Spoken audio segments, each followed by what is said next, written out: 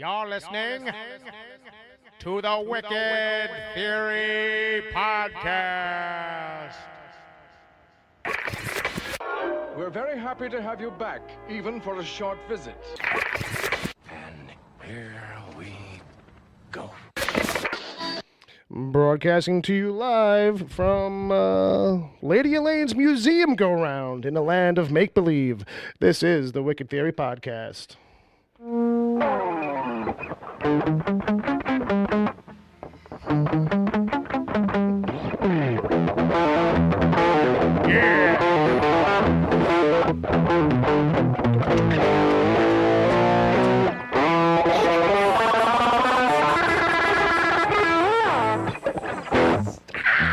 I need hi-hats. I need some kind of cymbals, and I don't mean the kind you write down. Folks, ladies and gentlemen, this is the Wicked Theory Podcast. I'm your host. I'm the guy here at the mic. I feel like my headphones or something's off. That's why I'm stalling, because I'm playing with knobs and my setup. Hey, it's me. I'm good now. I'm Bill. I bring friends. I got Ed. From the front or the back? Either way. I got my brother Bob on guitar. Did you bring a blindfold? He's talking to Ed. Don't ask me. What's up, everybody? Because I'm not wearing a blindfold around a guy who asked me that question. Front or the back? Here's a blindfold. Well, I'm not doing it. Well, the next question was, and a gun? Yeah, please. This is episode 163. How are we doing? Did we screw anything up, folks? If you're in the chat room, let us know. That's just going to be right away, Bill. They're going to get on us about the late start. That's fine. That's fine. As long as they can hear everybody. Yep. And the levels seem good. Oh, yeah. Yeah, it's Bill's fault, everybody. He's supposed to pay attention. I am supposed to. Oh, baby. Little hissy on the new setup with the strings there, Bob. Mm-hmm. But it's all right. I like it. We're doing a new little setup here. Don't pull that cord. That's because the line out's not working right. Oh, we had okay. to use the headphone jack. Oh, right. We have a little more sensitive of a setup. Whatever you do, don't pull out, because it's going to ruin my ears. Now you better be nice to me. Yeah. That's what she please. said. All right, well, Chad says it sounds good. Okay. I don't know if he means all around or just me. Probably not. No. Okay, so this is episode 163. You know how this goes, kids. If you've listened to us before, we're doing it live. If you're listening to us on a podcast service, Yep. we actually do this live on Saturday nights on Mixlr.com.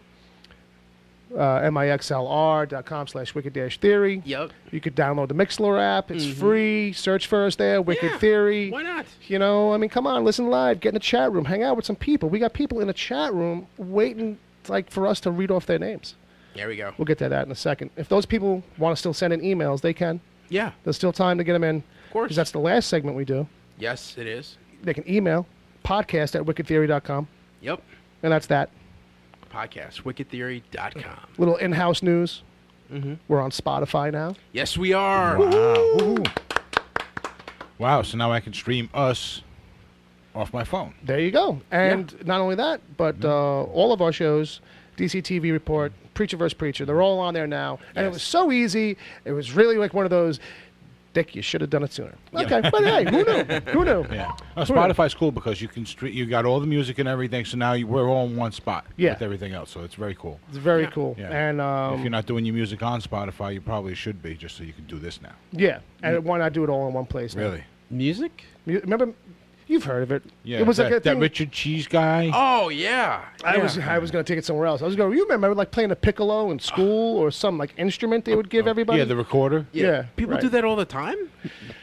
On a quite a regular basis, actually. I am wearing a guitar, Ed. Oh, okay. Yeah, I just thought that was something your mom made you do when you were a kid. Yeah, it is like, Yeah. it can be that. Mm-hmm. Did you actually play an instrument at all, Ed? Sort of the recorder, but not really. Okay. Ed, masturbation doesn't count. Yeah, but no, never had a. Okay. Yeah. That's done. No. Okay, so check us out on Spotify, folks. Yep. Ed's not musically inclined. He'll never hear us over there. So that's what this comes down to. It's funny you say he's not musically inclined, because I was just thinking I see him as a bass player. I mean, visually, you could see him in a band, sure. Yeah. I mean, tambourine at least. But I'd say that, he's not musically inclined. He's inclined to not listen to music. Why the tambourine, Bill? You don't want to share your harmonica? No, fuck that. He can have a harmonica of his own. Tambourine, everybody can play the tambourine. Harmonicas, that's like, you know, that's for that guy and that guy alone. You know, you don't put your mouth on another man's harmonica. I'm going to presume. I never got the harmonica rule book, but I'm going to presume that's in there. It's you know, that and his girl. Anyway, so speaking of harmonicas, Friday night mic test, just a transition right there. Nice segue. Got pretty bluesy last night. Aww. Just. You okay? Aww. Like, what is, like, no, I don't mean like I had the blues. But then again, from a guy who doesn't know music, you wouldn't have gotten the reference. What happened? I see. I get the bit. You okay? You want a hug? You came too fast at me with the bit. You want to talk it out? The show played a lot of blues music. Oh, okay. Which is a kind of like a sadish kind of genre. It's a downer sometimes, but there's a lot to be loved over there. Granted, it's not as depressing as country. There's well, nothing. It depends on what the country song's about. Well, the blues is the basis of country, so it's kind of came first. Yeah, Bob's working up a sample right now, I think. Oh, okay. No pressure. What does Ed listen to music for? Was the question in the chat room just now? What does Ed listen to for music? Oh, okay. Podcasts. Sometimes they have music in the beginning and at the end. Exactly. Look up Richard Cheese. Well, on YouTube. I would say I enjoy parody music, Weird Al. You like to have a lot of fun with your music is what it comes down to. It tends to be. That tends to be where you go. You know? Dan Finnerty and the Dan Band. William Shatner. Sure, why not? A little shat. Who doesn't love a little shat? Yeah. He's really funny on Twitter. He is. He's a man on several crusades. Oh, yes. And none of them too aggressive, but people don't get the nuance. Well, like... Because he's Shatner. No one really gets his nuance at first. I guess he had an experience in the 60s where he was on a genre show that got canceled too early. Right. Yes. So now anytime something that's remotely genre gets canceled, he's right. He was a big part of the Save Lucifer movement. He really was. And he was the one telling people, no, this is how you hashtag it. You people are using too many hashtags. One hashtag, everybody get behind it. You people are dividing it. You got to go unified. Yeah, and now he's doing the same for Timeless. And see that? Good on you. But he had a moment last week. Okay, I'm going to just start opening fan mail. And he was just tweeting pictures of fan mail and just tweeting his responses to the letters. It was interesting. Okay. All right. So I have to know this from the chat room, just because it's driving me crazy internally. It's just me. I'm not trying to put it on you at all, Bob. But is the hiss coming through? Because sometimes with the audio on our end, I will notice that, like, sometimes... No, I want to know, too, because I'm trying to get your attention, so you could lower my slider so I could pull that out. Oh, okay. So that we don't need to hear that. Oh, yeah. Fair enough. That'll do it. When I'm not playing. Fair enough. Right? Oh, there we go. Okay, cool. All right. Yeah, because that was pretty distracting, right? Yeah, I was starting to think that it might be a little too loud. Yeah, and don't get me wrong, like, sometimes those kinds of sounds, though, like in the end, in the file, like when I open it up later, like it won't be in there at all, maybe. You know what I mean? So that's why I was really hoping to get a little bit of feedback from It's just disappointing because the one thing I bought this thing for was the line out for this. Right. And it's going to be a pain in the ass to send this back if I'm even going to be able to do it at all. Fair enough. I'm sure we could troubleshoot some more and find something. I also feel like that's the kind of thing where, like, if you don't have a good ear, you don't notice something's wrong until it's gone. So I feel like right now you notice it, right? Yeah, I feel like the second you lowered it and pulled out the cord, it was just like, oh man, that was a problem. Right. Yes. Right. Good. See, so the key is to get you in the habit of noticing it when it starts, though. Yeah. But I get you. All right. So cue me a minute before news. Sure. I'll give you a little. Since I'm not going to be playing anything in between, I'm going to take it off. Fair enough. All right. So the guys are telling us in the chat room they really weren't picking up the hiss. So that's great. No, that's good. That means we're all good, and we wasted. Mere moments on it, you know. A real show would go back in later and edit this out, just to keep the show streamlined. But, but we know that Jay's not here today, so we have time to kill. There's a little bit of Phil, just a little bit, but let's not get crazy. Love you, Jay. Love you, Jay. Who's on assignment, by the way? Who's on assignment? Where is he now this week? Oh, he's studying game shows in Nicaragua. Now, is he studying Nicaraguan game shows, or just like all game shows while he's there? Like, or is it only local Nicaraguan game shows? Or are we not sure? You're gonna have to ask him When he comes back. Fair enough. Fair enough. We should start a jar of places that he's going to be. Yeah, there you go. I called him. Because I just came up with a couple. I said, I hear you're on assignment this week. Yeah. Where are you? He's like, I'm looking up game shows in Nicaragua. You fuck. Yeah, see, that's, yeah. Go scratch. Right, there you go. That's it. Go scratch. Yeah. So, DCTV report this week, folks. Don't forget that's coming at you now on Spotify. Yeah. You know what I mean? Yes, also on Spotify. Also on Spotify. We had an episode dropping later today. Later today. Yeah. Remind me to set that up later. About the Supergirl finale. Oh, okay. Yeah, they had their season finale this week, getting ready for Preacher. And Yeah. we did the Batman the Animated Series two-parter. Nice. Feet of Clay. Feet of clay. Clayface's first appearance.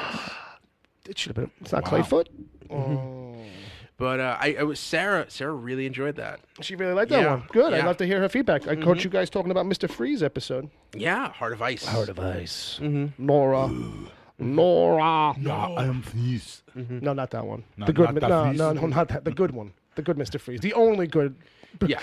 version of Mr. Freeze to ever leave the page. Bowerfed was teasing me this week Why? because I said, the 9-year-old me was expecting Mr. Freeze, was expecting Heart of Ice and Batman and Robin. Yes, like you had And- seen the TV cartoon version, Yeah. and you thought you were going to get And- some type of Yeah. resemblance of Yeah. that. And the moment That they grounded, high gravitas Yeah. And- kind of version. And I knew something was wrong the moment I heard Arnold Schwarzenegger was cast, and I went, "No, that's not Well, what it's isn't supposed it to be." ironic that the movie was more cartoony than the cartoon Yeah. was, and the cartoon was more cinematic than the movie was overall? Yeah.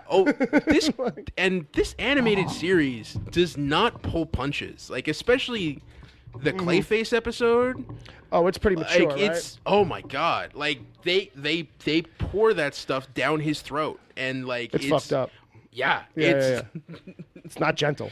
No. It does not go gentle. No. And there's- I really, most of those origins in that show are pretty like oh shit, like yeah, that's messed like up. the first 3 episodes you've watched, it's been Man Bat, Mr. Freeze, and Clayface, and they're all tragedies. Well, that's what I was just gonna say. Tragic. There's a lot of stuff in that show that it's always kind of really. Yeah. It's not just Bruce losing his parents as a kid is tragic. Every time you turn around, somebody's origin is steeped in tragedy. That's kind of the whole MO of life, Yeah. of life in Gotham. Yeah, you know. Well, and what's great is that on that cartoon, they stick to it. And that's the context for this is that Sarah missed this because she was in high school. Right. She was And cool at the time. She was cool at the time. And this was what I was racing home to watch in preschool. Right. And And therein lies the Yeah. difference between you two. well, it's almost like I'm amazed my parents let me watch this. And I thank them for it every day. Because it was a But- cartoon and it was Batman. They Yeah. they didn't sit down. If they sat down and watched it with you, they might have been like, I don't know, Ed. Yeah. This one's a little rough. I don't know. Why you make my parents from Minnesota? Because they must be. I don't It's know. weird enough that people think I'm from Minnesota. Well, tell them you are. I don't know. Just Well, tell them you the truth. guys, your family is like the picture of Rockwell. And it's not rocking well at all. I'll tell you that. Okay. But you guys can rock it. You guys rock it pretty good. Oh, thanks. You know, it looks good on you though. I don't. In a very Republican kind of way. Where'd you get that hat?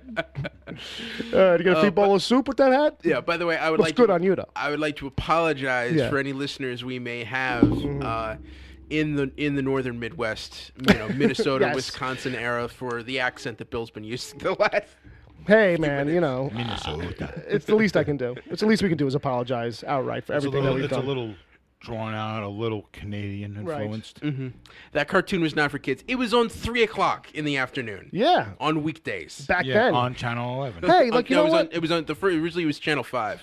Then it moved to Saturday mornings on Channel 11 after Okay. the Superman show. Because Yeah. I do remember, once you started talking about it, I did remember seeing that episode of Clayface. Yeah.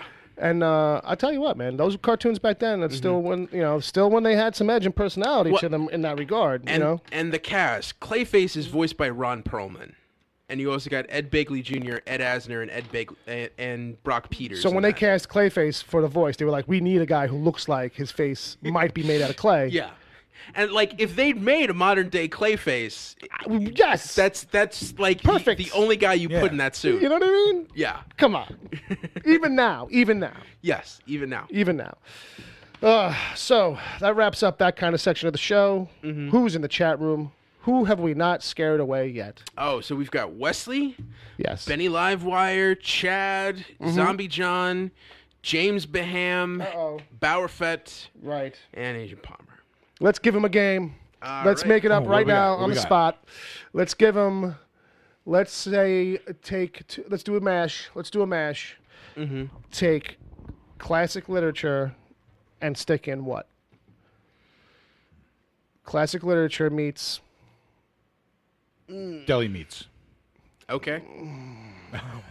No, it's okay. Only because it was like so much deli talk last week. This is true. And some people This were is like, true. All right, guys, with the don't deli do stuff. Don't do deli meat. All right, don't do deli meats. All right, fine. I was trying to come up with something No, I totally hear you. ridiculous. No, and that's I what came to don't- my I- I guess that- I wonder why. Yeah, that's why. That's why. Soda Pop? Stripper names. Let's go with that. Okay. Classic literature, stripper names. Okay. All right?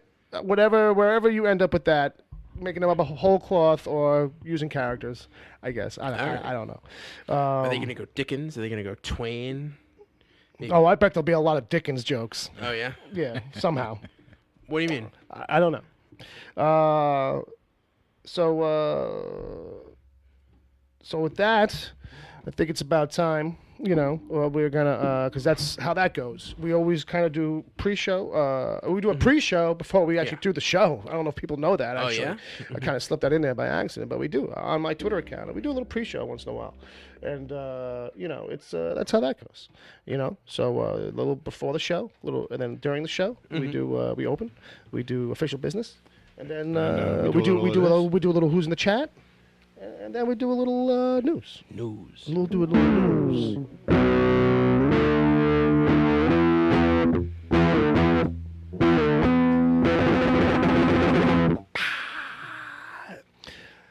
At the chime, it's news time.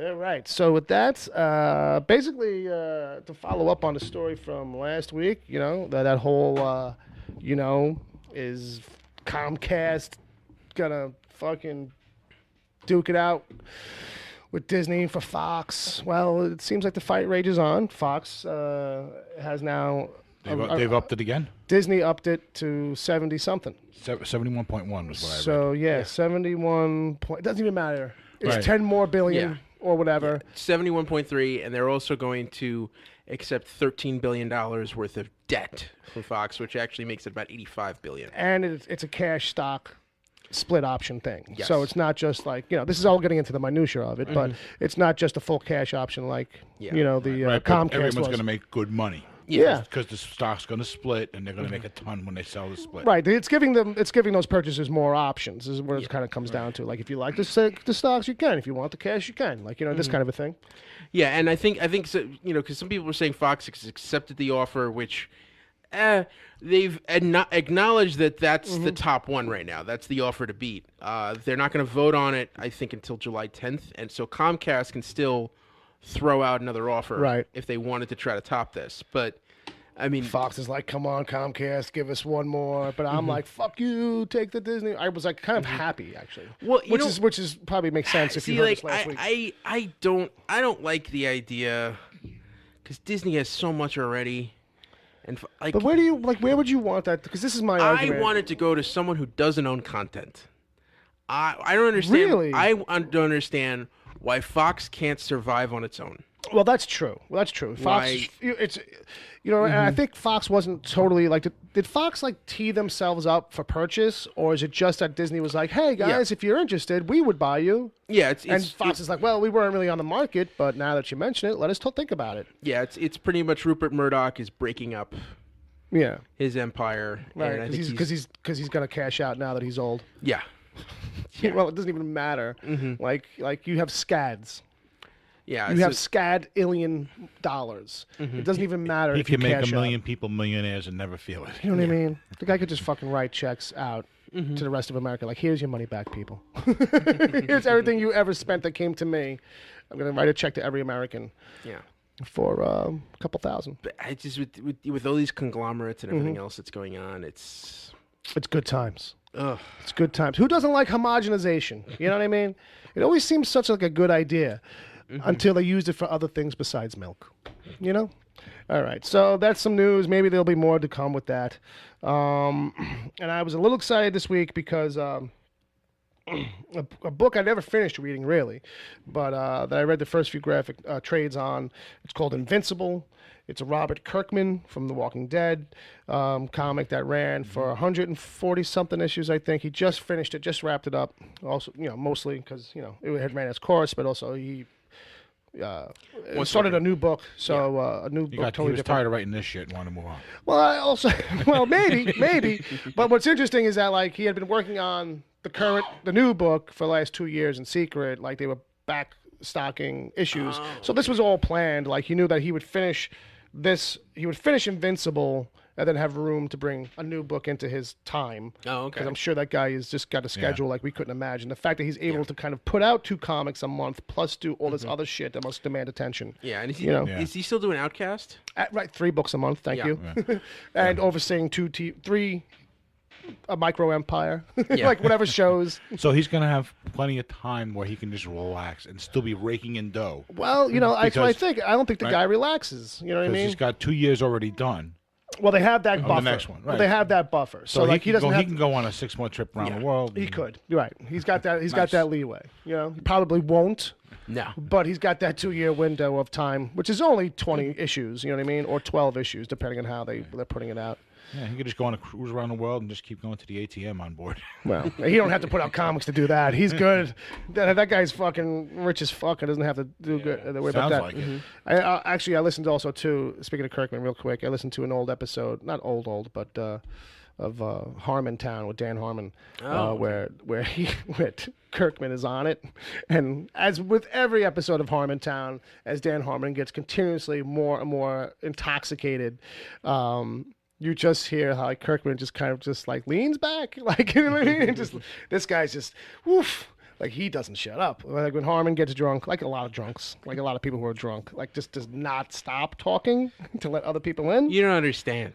You don't understand. I don't understand what you're talking about. What are you talking about? Oh, you wish it was if it was that kind of drunk, no one would tune in.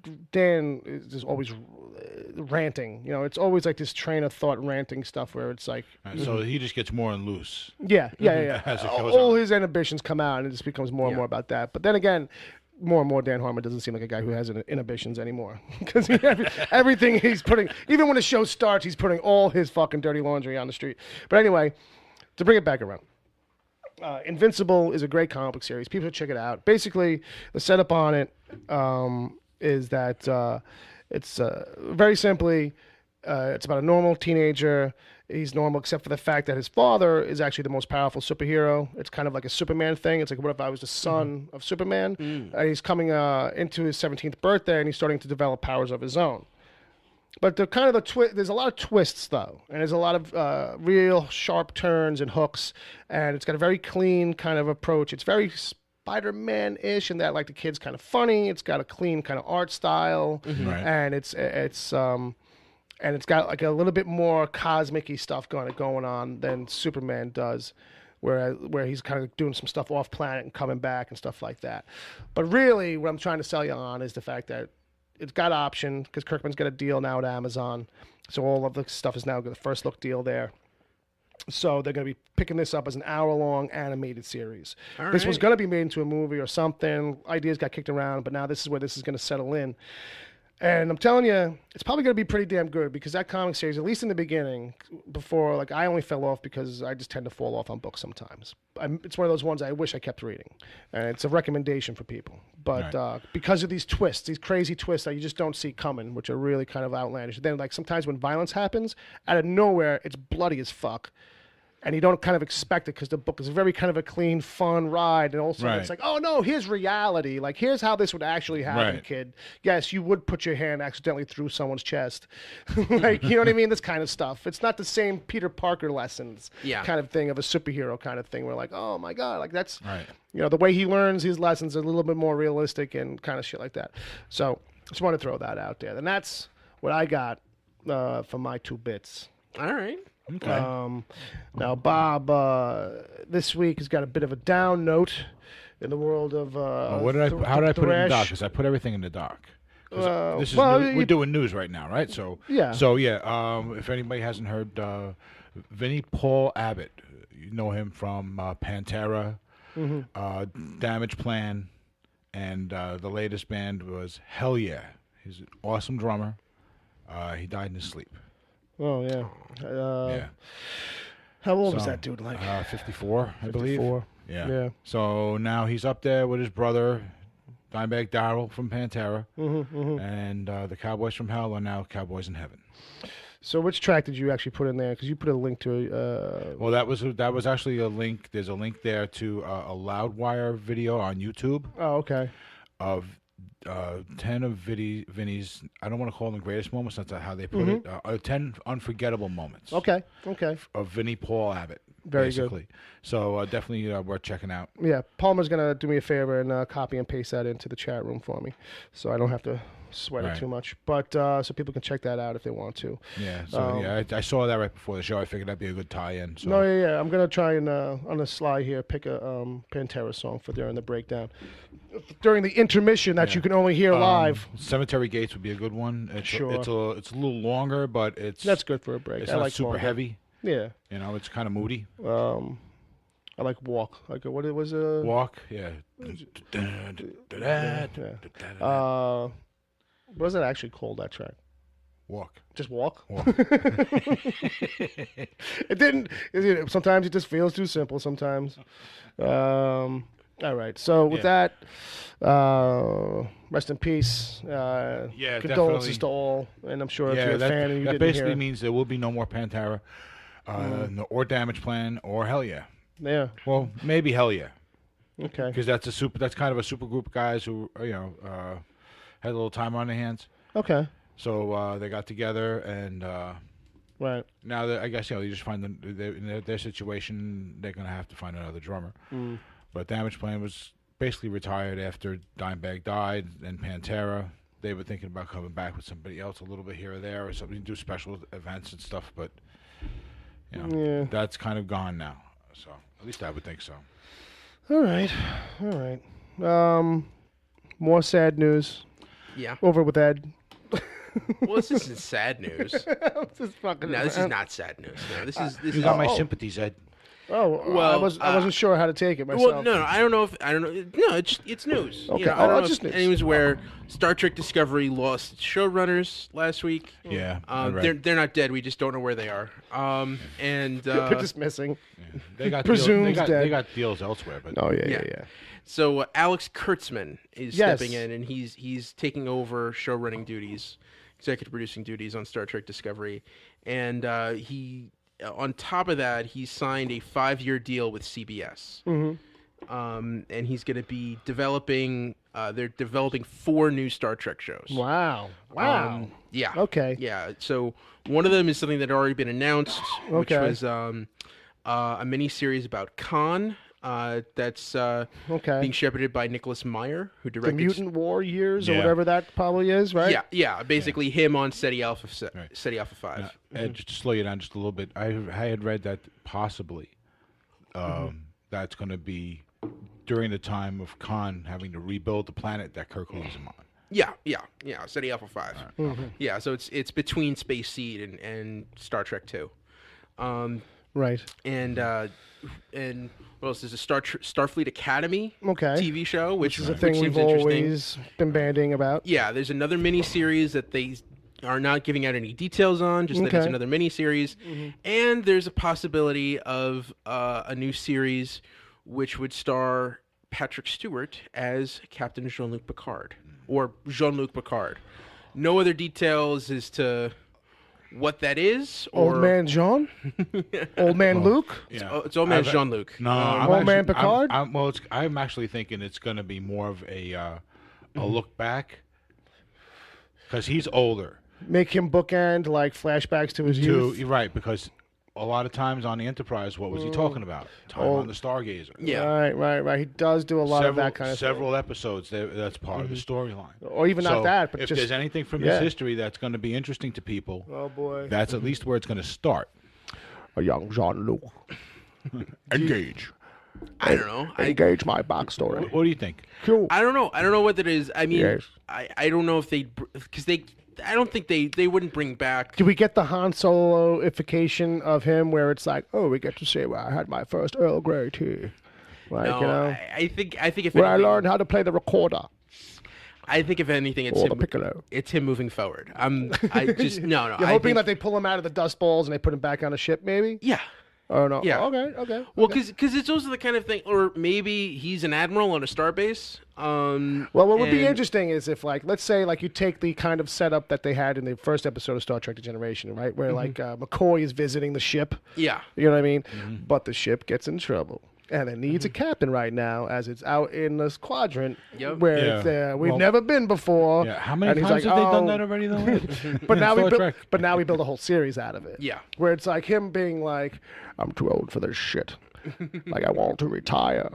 Where's Guinan when I need her? Now, see, I think maybe they should make him. It's at least a whole season of him having Alzheimer's, and them trying to figure out what they're supposed to do because he's the last person to be told what to do. It keeps going, number one. And they're flying number around in one. circles. And like, no one's on a ship. He's like, where's Riker? I need Riker. Where's Riker? And it's like, no, wrong ship, man. Ah, man, these meds don't last long on this old coot. Geordie, where are you, Geordie? Fuck you guys. Jean-Luc. That'd be great, Jean-Luc Picard is the man. You know, all right? you know what they're gonna do if they bring him back though? Alzheimer's will end up being a subplot somewhere. His age will be a subplot. Okay, his He age, was so the man. He never got laid though. Yeah, there's a lot of wank in it, probably in Star Trek. There's a lot of wank in No, it. Kirk got laid. Oh yeah, that's true. That's true. That's Right? true. I don't know. Picard had a couple of I don't know. hookups. Insurrection. I think he That's got what that laid. meant. That's what that meant. I know. I'd like to perform an insurrection on you.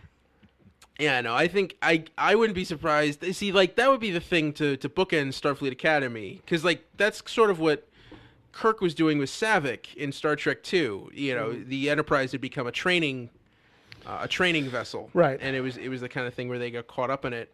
Or caught up in it. Yeah, you could have him with a crew full of newbies, you know, and where he's in more of like a principal role. Like a high school principal? Yeah. Or just kind have of him like- run Starfleet Academy. Like he's the headmaster Right. who's giving these, you know, giving these kids sage wisdom at the end of every episode. And a little tiny, like a little, like Data's got a kid in the school, right? Like, and Geordie's got a kid. Well, Data already had a kid. Right, but now, Well, that kid's I in the mean- academy. I Or mean, some to other be kid honest- playing died. him. Yeah, Right, well. enough time has passed where like Can't use that actress anyway. She's probably not looking the same. yeah, where like No. Troy and Riker's kid might be old Trouble. enough to enter Starfleet Academy. That kid better be a problem. That's all I know. Girl, boy, that kid better be a problem. And maybe if he hooks up with Paris and B'Elanna's daughter from Voyager. Oh my God! I this is just don't too want to deep. see him in the vineyard with his brother again. No, Nah. that's like the best. That's like when you understand why he's Captain Kirk. Is Is the brother stuff? yeah, Well, I was talking about Picard. yeah. Oh, I'm sorry. Why he's Captain Picard? I apologize. That's where you Fair understand enough, right. why he's Captain Picard. Why it's like Because my brother's a douchebag. yeah, Right. yeah. Yeah. I drink tea. He drinks coffee. All right. There's that resentment where it's like you Do left. they bring back the Riker, like the duplicate Riker that they found in the? You mean in Tom? Yeah, Tom Thomas Riker. Riker that they send off to Alaska to go have the good life. That's the twist. Yeah. This whole time you were Tom. Well, maybe he ends up on Khan's planet. Tom and Khan. That's a shit. Yeah. Resenting. See, like that. You see, like that's the weird thing because like, if you wanted to just re-up Next Generation, Right. everyone would come back. Like I feel like Probably everyone was seems like they Oh, were friends you on think that show. they're? I think, they're like- not, they might be available. because they're all still working. They're all still Yeah. willing to work. Yeah. I don't know about working. They're all still willing to work, and they're available. I know. I've actually just read an article, Time Waster, at work, where they said groups of them are actually friends in real life. Oh yeah. They stay. Some of them stay Yeah. pretty Yeah. tight. That Yeah. cluster, and Yeah, they keep like running Gates into. McFadden and Brent Spiner. LeVar Burton. LeVar Burton and no, I'm trying. I was thinking of not LeVar Burton, but Worf Michael Dorn. and Martina Sirtis. Yeah. In real life, they're all friends, and so and these people see each other all the time. Yeah. So Yeah, and a lot of them still work. Like LeVar Burton and Jonathan Frakes both direct TV. Has LeVar run out of kids to teach how to read yet? I mean, is he done with that? Actually, he just ended his time of doing that. Oh, did he really? Well, no, he bought Reading Rainbow. Yes, right. He I bought helped Reading bring it Rainbow. back, and now they kind of like let it. Well, no, it's online now. It's all online. Yeah, I know it's a whole like yeah, online yeah, presence. it's thing. not part of changed. Yeah, it's I not thought I part read somewhere recently he stopped hosting it though. Oh yeah, he might have done that. Yeah, though, well, it's funny because we're going to talk about Mr. Rogers later. He and Fred Rogers were the last two human beings to be hosts of an afternoon kids program. Well, don't get too ahead of ourselves here. Let's not really, spoil wow. the fucking the fun to come. All right, so that's enough Star Trek. Let's go into something much more You serious. don't want to talk about the other 3 shows. Well, like, Oh, yeah, I well, was no, going to say, well, I which mean- of those 4 shows would you Oh, be? so hit me with it real quick again. So, well, Starfleet we don't know Academy- anything about the miniseries, but we've got Khan, Starfleet Academy miniseries. and Picard: The Ongoing, The New Adventures of Picard. Yeah. Starfleet Academy will last like 3 seasons. They'll push for 5 because it's something that'll probably appeal to the younger crowd. The Khan one's going to be a good one for me. I think if they do it right, it's got a good story. And it's something that they might even want to expand on more than 6 or 10 episodes, whatever they're going to do. As for the second miniseries, we really don't know anything. Yeah. I'll say the best thing that they As long could as it do. doesn't have anything to do with Discovery, I'll say that. I'll say the best thing that they could do is do the Khan show first. All right. Yeah. And then you bring Starfleet Academy, which is a very different timeline and era, whether it's further ahead or in the past. Right. And in both of those shows, there's a cloaked figure who appears once in a while, Oh, Pandora? basically, Stanley. like Pandora from the DC universe, or maybe it's a little bit like the Watcher from the Marvel universe. We're really not sure. Or Stan Lee from the movies. Yeah. That, and then when the Picard show starts, we find out It's Tuvok. it's Picard, Oh, yeah. and Picard is skipping through time, trying to put right what once went wrong, with the help of a friend named Al, who only appears to him in the form of a hologram that only he can see and hear. And that's how I'll get my Quantum Leap reboot. Yeah. I'm just saying, it turns out Quantum Leap is in the same universe, okay, and that's that, and we're done. All right. Dude, if you just take Patrick Stewart out of that, Right. Yeah. you could still have a Starfleet captain doing that. You know that, right? He's a Starfleet captain, too. Oh boy, kids. I just wanted to go I want to go past Nemesis. I like the idea of Picard coming back, just because I don't want Nemesis to be the last thing we hear from that crew. Right. You know, I'd like a little bit more closure there. Well, Jonathan Frakes will probably direct. Yeah, yeah. Which means if he's directing and Stewart's there, like, why are you not having Riker in this situation? Caller, you are on the air. Salami and provolone, fucking lettuce, oil, and vinegar, salt, and fucking pepper. Is that okay? Anything else you want to drink with that, or chips or something? Oh, are we not talking about that now? Because we had a shitload of it last week. Oh, he's obviously not listening. Yeah. You must be really. not listening live. I actually shot down a deli bit because we had so much deli talk last week. All right, well, hurry up with my order. Well, okay, all right. What's the address? 111 Fuck Your Mother Boulevard. All right. No problem, sir. We're spitting on it right now. I just need a phone number for a callback in case the delivery guy can't find the address. 1-800 Uh-huh. Eat Asshole. Okay. All right. That's How got you more doing? letters than I need, but I got what you're saying. How's the show so far? Nice? I don't know. Why don't you listen to it once in a while? You know what? Somebody's doing shit. Well, what are you doing? Oh, did you get a job? You don't have the right to ask me certain questions. That's fair. That's true. That's true. I should have known better, to be honest with you. Should have Listen, I known. just want to say, I just wanted to say hi. I'm still alive. I'll be back next week. Okay. Well, Whatever Ed said on the show already is probably bullshit. Rest in peace, Vinnie Paul. That's some fucked up news. we just covered it.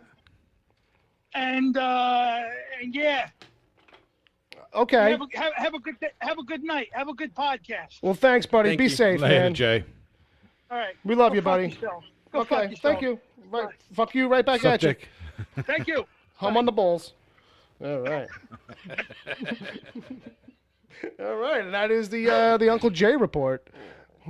No, Ed, the bad. Lousy report. Nothing about Nigerian game shows. Yeah, well, that's why the connection was rough too. I think because it's a long distance call. It's Nicaragua. Yeah, and was he speaking Nicaraguan? Not during the call, at least. I think we're clear. I didn't have to translate, but the connection sounded I a did little say fuzzy. Nigerian, huh? Yeah. So They're like right next to each other on the map. I think that's. I can't. Why else would you get One's them in the mixed middle up? of Africa, the other one's where? Next door. There you go. Might as well be. Next continent over. So, moving out of Star Trek predictions.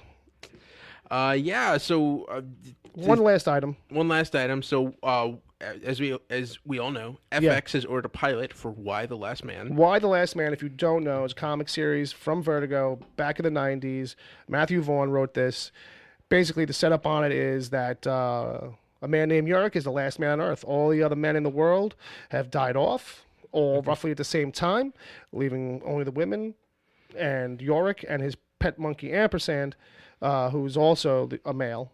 Yes. But so that's the thrust of the series, how that changes the world, and it's like it happens immediately, basically.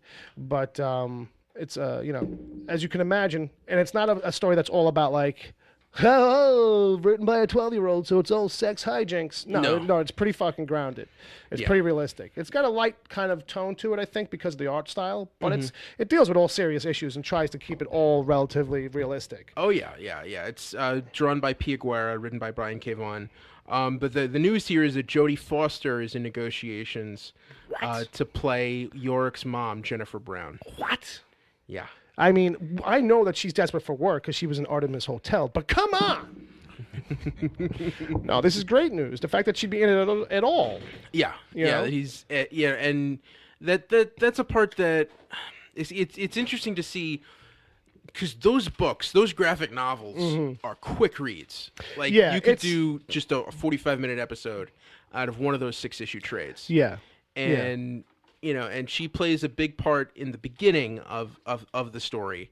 She's a congresswoman, and she's kind of like putting together the whatever's left of the government. Which is like 8 women. Yeah. Well, because that's the great thing that the book points out in a great way is that once half the men in the world die off, it's that whole thing. All these jobs that men do, and tend to actually outnumber women in. Yeah. So like Congress, for example, like all of a sudden now there's 8 women, for lack of a better number.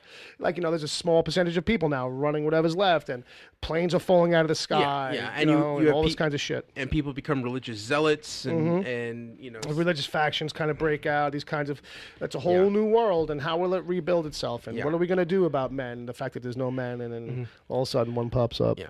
But like she would bring a whole new gravitas to this project. Yeah.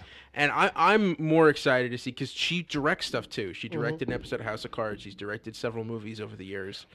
I also like the reverse gravitas that she kind of brings into it, where it's like, oh shit, if we get Jodie Foster, like we have to like really make sure the show is good.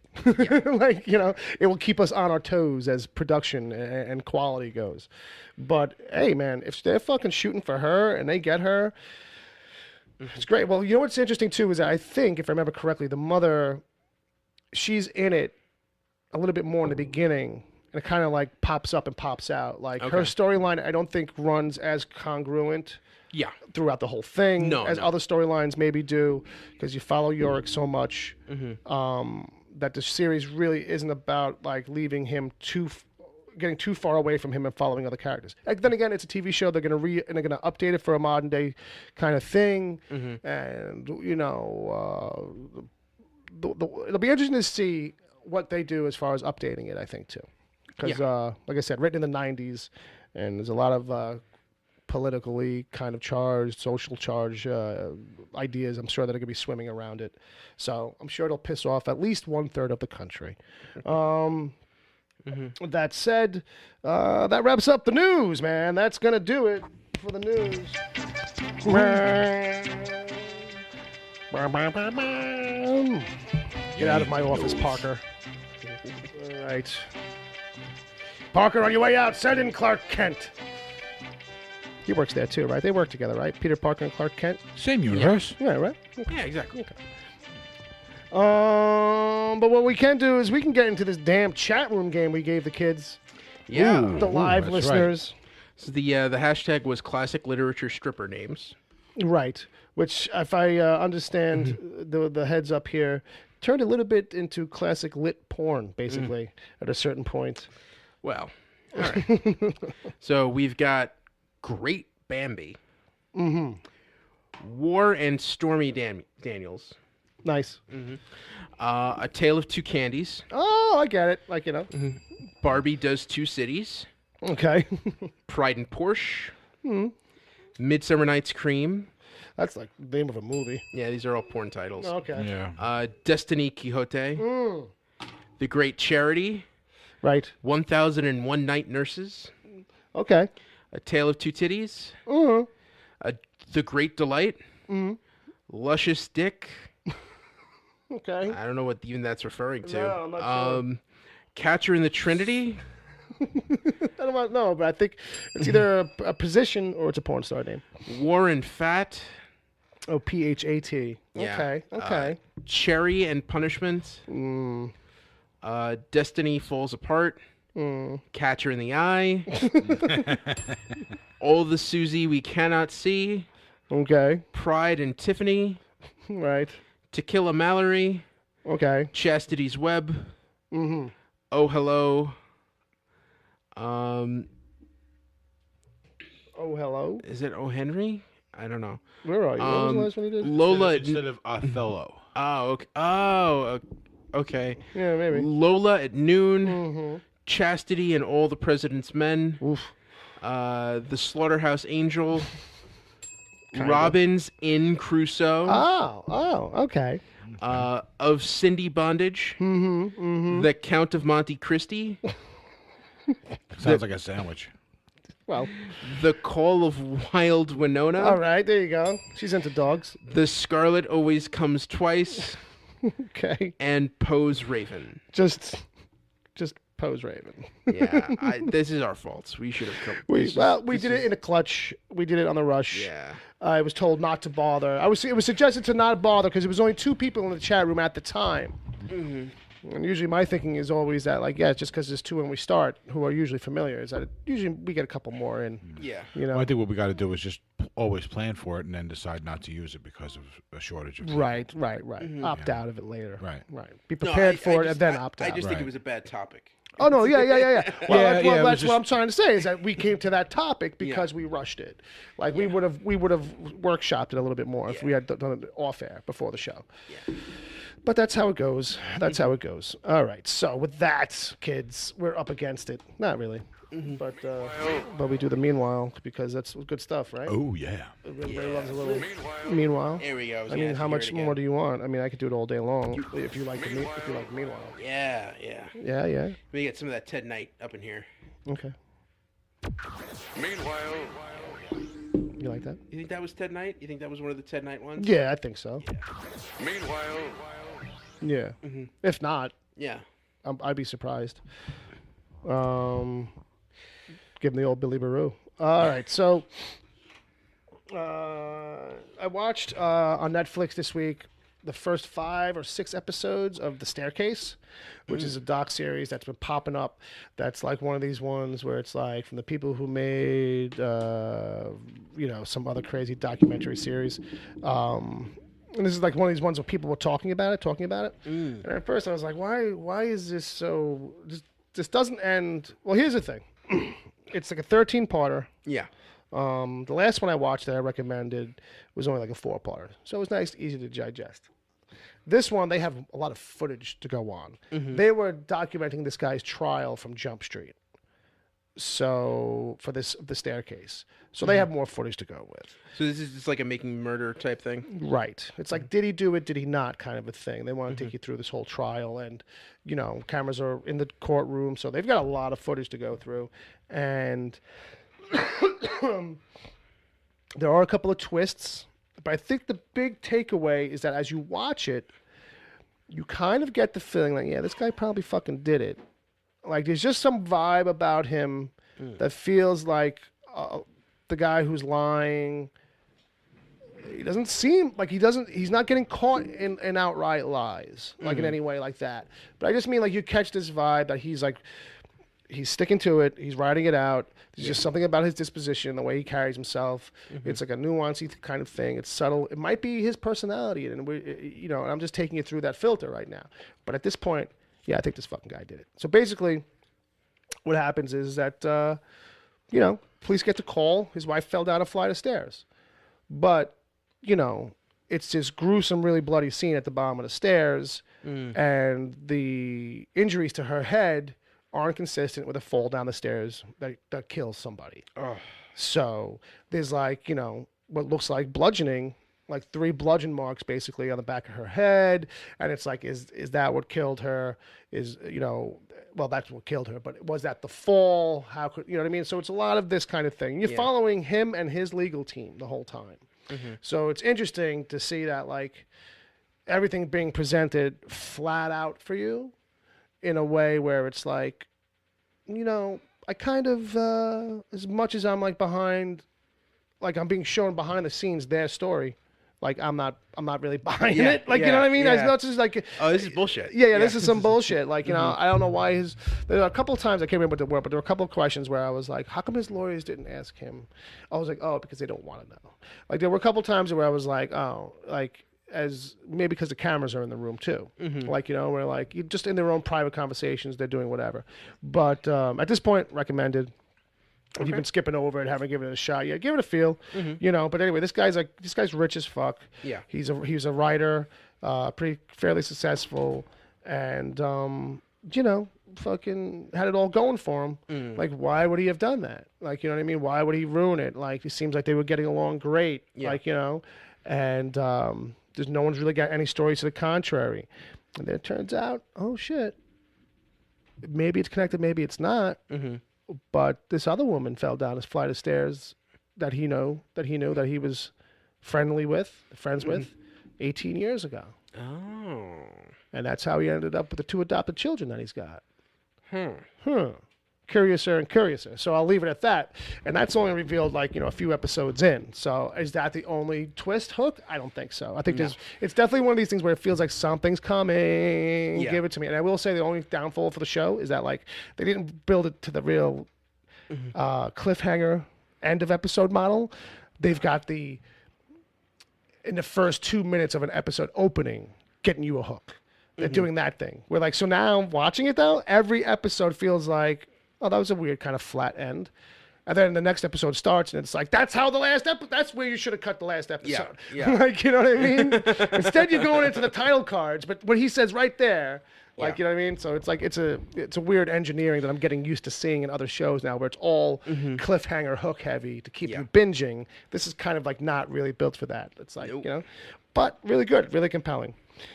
So, with that, there's the staircase. And then I also just watched, like before we recorded this, Darren Brown, who's a British mentalist kind of guy who did. I previously kind of covered this thing called The Push, where they convinced a guy to try and push somebody off a roof, and it was all bullshit. fake. That's fucking bullshit. Yeah, that was bullshit. It's fucking... No, the show's... It's all real, but that's a fucking bullshit thing to do to somebody. That's fucking... Right. Did you end up watching that? Did you end up seeing that? No, I've heard people... But you're familiar. Yeah, right? I've heard some coverage of it, and it's also like when... I heard someone reveal the ending. Okay. And it was just like bullshit. Just I remember just hearing it, everything about this. Like, who's that one guy who debunks, like mentalists Randy? and conspiracy? The Amazing Randy? Yeah, Amazing Randy. He's too old to be constantly debunking anymore, but he's still around. Yeah, like where the hell was the Amazing Randy when this guy was doing it? See. Like, well, here's the thing with The Push. I feel like that's all really how that all went, man. Even with the crazy, because they show you like they do it with like 5 other people, and they show you at the end then like how different other people handled some of these things. They just happen to show you mostly they followed the one guy who like had like the worst go of it Yeah. through all those steps. He had the most dramatic stuff through all those steps until the last thing. But anyway, so this new special is called Miracle, and it's much more of a classic kind of doing a show live with a studio with an audience, and it's all right. Yeah. But a lot of it I felt like was like kind of like variations on shit you've seen kind of thing.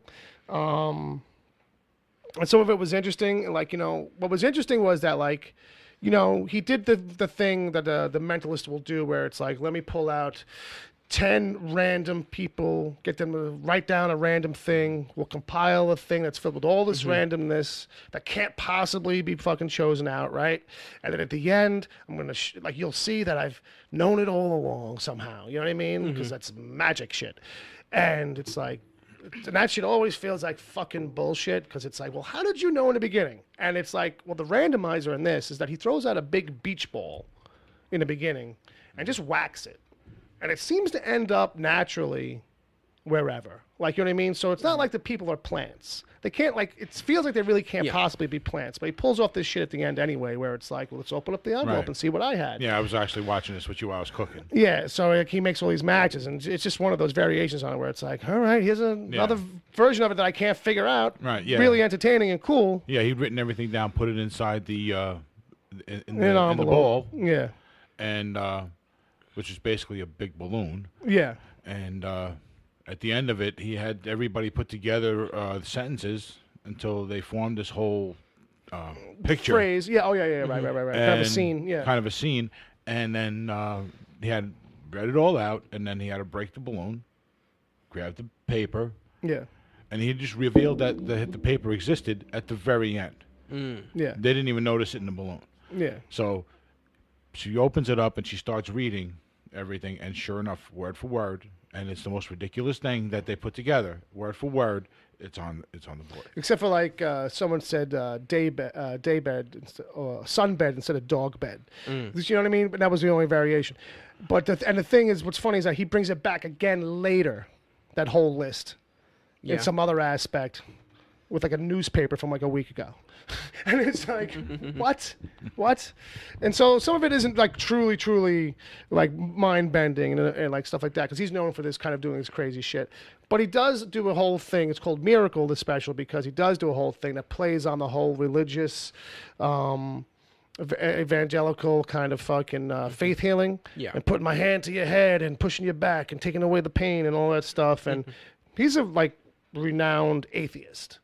So he's not like making fun or mocking it outright anyway, but he is showing, without calling a lot of attention to it till he's done, that these are suggestions, that these are things that like can happen to you because it's being told to you and you're believing in your faith. It's mind over body in a lot of these situations. And a lot of these things that you're feeling right now, you're feeling good, it's probably temporary. Like, after this whole kind of long thing, I think I kind of spoiled that a little bit here now, but he kind of says like, because that's the one thing that's coming through your mind. Is like at one point he says that I'm known for being an atheist. So this whole next segment might, be a little what you're expecting. But it was good. It was worth it. There's a couple of moments where I'm like, yeah, I'm not buying it. But I don't want to get too into it because I don't want to spoil it for anybody. But Darren Brown, Miracle on Netflix. 2 shows from Netflix. Ed, have you seen anything on TV? Yeah. So now that most of the superhero shows are done, right? I can catch up on all the shows, the non-DCTV shows. There are other shows out there besides. Okay. I've got like 6 months of backlog that I'm wading my way through right now. So good thing it's not Oscar time. You ain't kidding. This is what summer's for. It's for catching up on the good TV I missed. And two series that I'm mostly through right now is Shannara Chronicles. Okay. Season 2. I think Palmer watches that. Yeah, and the thing that's interesting is season 1 was on MTV, and season 2 was on Spike, and season 3 is going to be on Paramount, which is what Spike became. So really, the Chronicle of Shannara is that it's a journey. Yeah. And you have the journey too. The thing is, season 1, it's the main girl that was the lead was killed off. So season 1, there were 2 girls and a guy, and one girl is killed, the other one's kind of sidelined. So now that we're on Spike, we've got to have a guy in the lead. Okay, yeah, sure. Because and all of a sudden they make it like, oh, it was his story all along. Well, I don't know how much the fans of the books would argue it or talk it down, but I know that they had kind of done some jumping around with the book stuff. Yeah. Oh yeah. I haven't read the books, and I'm sure but it is bonkers. It is just all over the place. The whole thing is it's set way in the future, dystopian, but it's as if it's the Middle Ages, and there's it's feudal times have returned. Yeah, there's medieval fantasy stuff going on, but a lot of like modern day relics of buildings. It's like the visual aesthetic to some degree is like if you've ever watched After the Humans, or when these Discovery Channel had these scientific doc series where it was like all projections on 200 years after there's no more humans, what happens to the Earth, 500 years, 1,000, you know what I mean? So you just try to see all this imagery of all this human construction and civilizations kind of growing over, or how long does that bridge last? How long does this structure last? 1,000 years from now, what's the last thing standing? You know what I mean? That kind of stuff. But that's what you see. You see a lot of crumbled mossy bridges and semi-familiar structures in the background on that, if I remember correctly. Yeah, I did watch some of the first season. Yeah, and it's fun. Manu Bennett's in it. Manu. Who people know from Spartacus. He's Deathstroke on Arrow. I enjoy that. And the other one is, sadly, I found has been canceled. But Dirk Gently's Holistic Detective Agency. Dirk Gently. I've been catching up in season 2. And if Shannara is bonkers, Dirk Gently, oh my God. Well, they're trying to be bonkers, from what I understand. It is nonsense, but in a Douglas Adams way. And it's executive produced by Max Landis, who's outlandish. Yeah, he's he revels in that shit. Yeah, and it's great. I'm loving. F. Murray Abraham shows up in the middle of the season. You're like, really, him? Oh wow! And and Alan Tudyk comes in as this bounty hunter. Who's Tudyk? He's the guy of the secret organization who's trying to hunt down Dirk. Right. We don't really want to pull this guy in, but he's the only one who gets stuff done. Right. And Kieran Allen Tudyk, it's just I love it. I'm halfway through the season. If you want to see something that is just complete out there crazy stuff, go check out some Dirk Gently and read those novels. And this really is in the spirit of those books. Very few places they can get that Douglas Adams tone. Right. So those are the TV shows. Right. I've been watching, and I went to see a documentary today. With my mother. Went to the movies. You did ya? Yeah. With Mom? Yeah, we went to see Won't You Be My Neighbor? Oh, won't you be? Please, won't you be? With Mom. My neighbor. My neighbor. Did it feel like you were sitting there watching the show with Mom in the living room? Well, I mean, I really kind of was, because most of it is clips of the show. Right. It's about Mr. Rogers and Mr. Rogers' neighborhood, and really, really profound stuff, as George Clooney would say. Oh. It's pretty powerful stuff. Yeah, he owns that, right? Yeah. As Tom Cruise would say, you're being glib, Matt. Matt, you're being glib. You're being glib. I thought what he would say was, Goose, no! Yeah, he'd say that too, though. But and it's interesting to see that he really was that guy. Yeah. I don't something about you don't think he would be allowed on television today. It just wouldn't. If he didn't. It would. I mean, don't get me wrong. Yeah. Probably the only place it could have a chance was PBS, Yeah. and even today PBS. But nowhere else is that thing gonna find a place. Yeah, but this was a preacher who'd had a bit of a background in child psychology, right? And who wanted to do his stuff where intentionally was like, I'm not gonna wear a funny hat, right? I'm not gonna wear wacky costumes. I'm just gonna sit in a room, and tell these kids that I love them, how important they are, that they're special, yeah. And we're gonna go to a land of make believe, and when you realize, do you know what the first week of that show was about? No. The first episode, you mean? The first week of episodes. Oh, that was It a was- daily? Oh, it- okay. yeah, Oh, yeah, I it didn't was- realize. yeah, Okay. yeah, it was- I forgot. yeah, I kind of forgot. yeah, it I was a- forgot. it was I a forgot. daily. It was All right, 5 days a All right, week. I forgot. I'm sorry. Okay. Fucking hold me out to dry. So you remember Land of Make Believe? You had King Friday the 13th. Oh, sure. Yeah, and then you know We used Lady Elaine for the opening line this week. yes, we did. Yes, we Boomerang, did. zoomerang, toomerang. Yeah, That evil. She was nightmare fuel.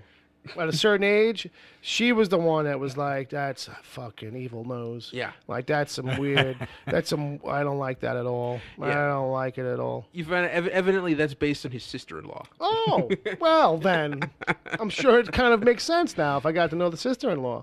Turns out, is that like the meanest thing you find out about him?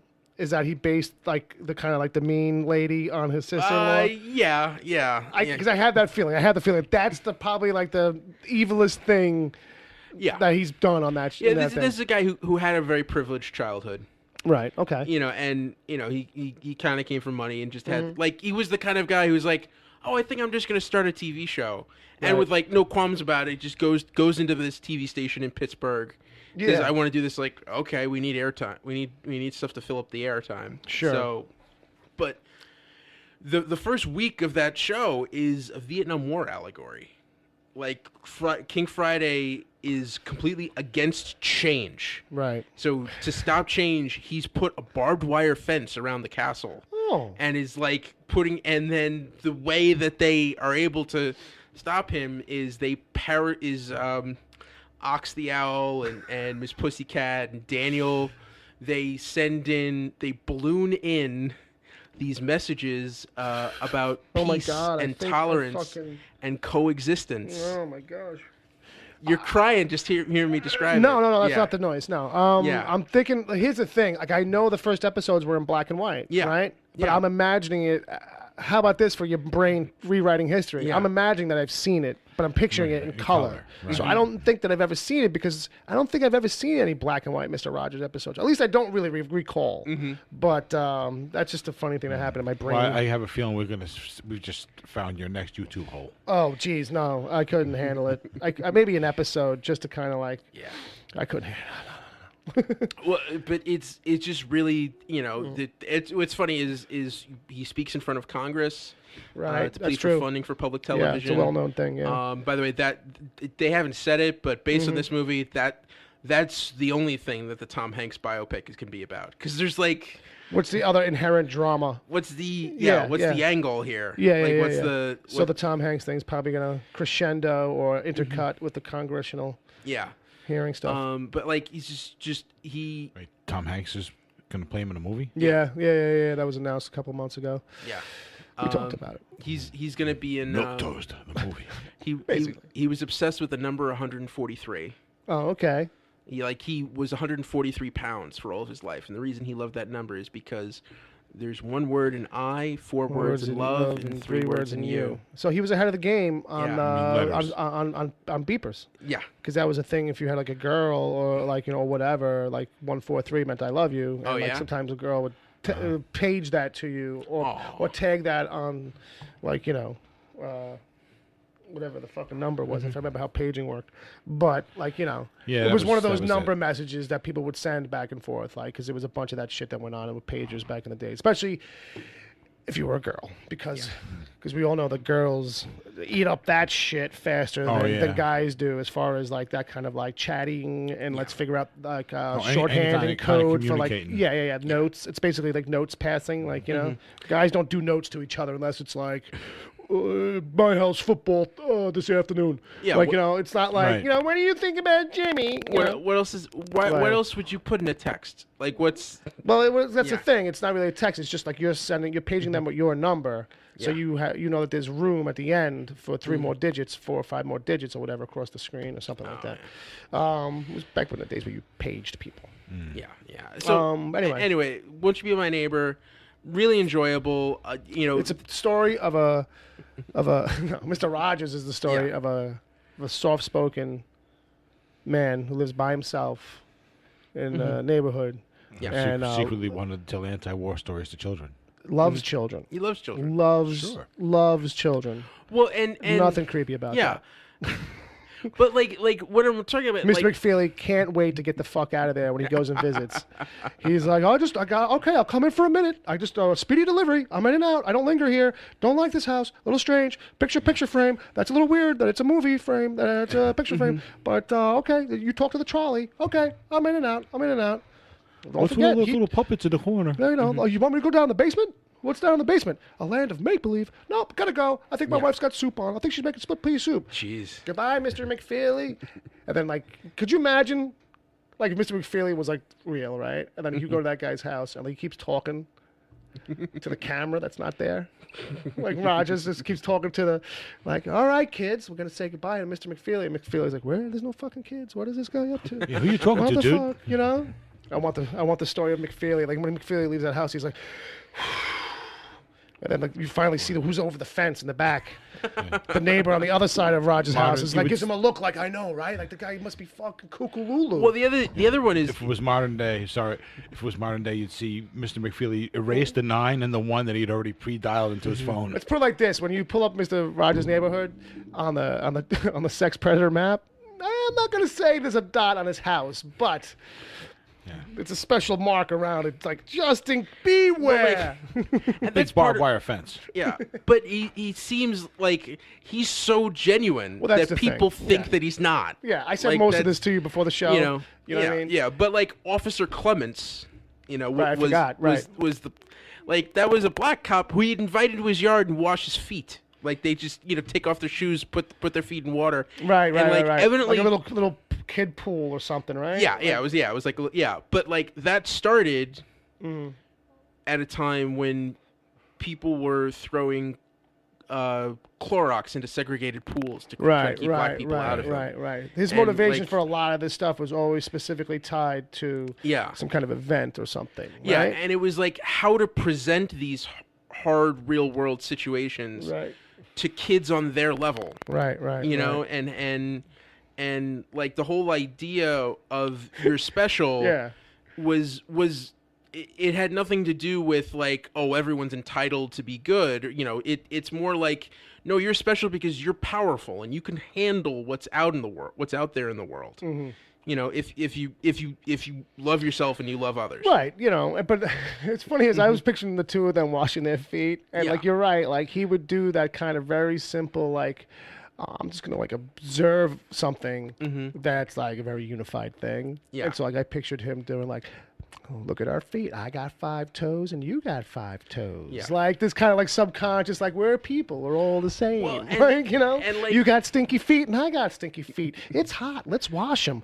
All right. Nothing creepy or weird about washing your feet out in front of the house with your sweater Not on. at all. Yeah, and like it was the kind of like Yo-Yo. The only like celebrity they have is Right. Yo-Yo Ma because he was actually on the show. And That like show ran a long time, I guess. I got Yo-Yo Ma. he was on for 30 years. That guy didn't quit. But it's the kind of thing where like Right. like Yo-Yo Ma said he would get 3 inches away from my face. Who, Rogers? Yeah. Oh, that's all And that. like Oh, he was a that's- close talker. He was a close talker. Right, But right, like right. but it was all to get up in your face and to get that Well, to presence get in, about you. yeah, to get into your space. Yeah. To make you like really kind of pay attention and listen. That's Yeah. what happens when someone gets that. Yeah, it's a psychological trick. But also he wanted you he power wanted play. he wanted you to know Yeah. that he was giving you that attention. Right. Like, it was more like, oh, this guy really cares about me. Like Yeah. he really wants to know how I'm doing. And don't forget the And fish. that's- yeah. You always fed the fish. Fed the fish. Oh, when one of the fish died. Oh man. I remember that one. I remember when the fish died and it was a lesson about death. I remember that. Yep. Oh my God. Yeah, this guy raised me. Yeah, him and Jim Henson were like the only 2 people that have died that I grew up watching on TV that I ever felt Yeah. like, oh, like Yeah. I caught it in my chest a little bit, like, oh Yeah. man. And they did rerun a lot of his segments over the yeah, years. yeah, yeah, So sure. like, you know, Don't forget Romper Room. No, I do on purpose. Like, I felt really left out. Like everybody feels like the same way about Romper Room. That like at the end she would call out everybody's name except your name, because it was like she would hold up like this. It was a mirror where there was Yeah. no mirror in it. I forget, it was like a special mirror so she could see through it. To See see you you, at home. to see you and at she home. would say, I can see Ed, and I can see Jenny, and I can see Sally, and I can see Marcus, and I can see Trevor, and it would just go on. You'd be like, say Billy, or you'd probably be sitting there saying, like, say Bobby, say James, and it would just feel like, hey, she never said your fucking name. She might have. She probably did. Say Destiny. Yeah, right. Say Shaquan. Say it. At one point I was actually smart enough to realize, you know what, she's not gonna be able to say my name all the time. Right. I'm gonna have to. Oh, me too. Eventually, I'll hear it once. Yeah, that was And my eventually, thinking, too. I did because my name is Bobby. So Yeah, it like, does me come too. up. Like, I'm sure, like, I had heard it at some point, but it did feel like it was never gonna happen. Or like, say it again. Like, you're gonna say it again. Like, maybe she'll say it again. And meanwhile, she's probably been going through like this endless list where they're trying hard not to do the same name twice. She's probably running out of names at a certain point. Yeah, Where like, yeah. every now and then you hear something really fucking Thornton. Like, you hear something kind of like left Oh, field. she throw those out there? I would presume that every night they had to pad it. Bartholomew. Yeah. Right. And Barry. Gertrude. Gertrude, because people name their kids Gertrude nowadays. Bertha. For a time. Yeah, but the one thing. Chad says she never said Chadwick. No, Yeah. probably not. No. Yeah. Louise. The other thing I found interesting is he went into TV. Or Mr. Rogers, yeah. Yeah, Mr. Rogers went into TV because he hated television. He hated, right. So I'm Go going to ahead. change it from within. Yeah, yeah. Because you all go. the kid shows were clowns in the '60s anyway. Yeah. Were clowns running around and Doing slapstick. yeah, slapstick and Rogers everything little like commie that. bastards. And it's like basically he thought it was detrimental to expose kids to pretty much all the stuff that we talk about on the show regularly. Yeah. And he was quiet, and he took his time. Well, that's the And- other thing. That dude and- was in no rush. yeah. He would come in the house. That's 10 minutes of the segment. It's just him coming in the house. I'm going to come in real slow, singing my song. I could take off my jacket, Put on the sweater, switch it out, come down the stairs, sit down, change take his a shoes. one Oh, there you are. at a time, It's nice to see you today. putting on his sneakers because he had indoor shoes. Yeah. But meanwhile, he walked all the way downstairs with his outdoor shoes. Could have got the whip for that from somebody. I'm not, could have got the belt. Just saying. And you had to watch him tie his shoes. Yeah, and thank God. You know what I mean? And then he would do something weird. Yeah. But the Then way we'd watch a video about the Crayola factory. the way he used pregnant pauses and silence. Thank God you said pauses. Yeah. I would love to do that on this show sometimes if it wasn't for Uncle Jay. Or anybody else. Or anybody I think else. that's We also- all do it. We all do that's, it. That's an East Coast thing. That's a New York thing. Where like, Yeah. or just you can't have that silent space. You've got to fill it with something. Well, it's not only And that. It's just like it's a round table, so it's different than like you know what I mean. Mm-hmm. Sitting, he's doing it for a different reason, and he's looking at the camera when he does it because usually his eyebrows are up, Mr. Rogers, and he's kind of it's a lesson time, and he wants you to pause and think about it, right? He looks right at you and kind of says stuff like that, like right.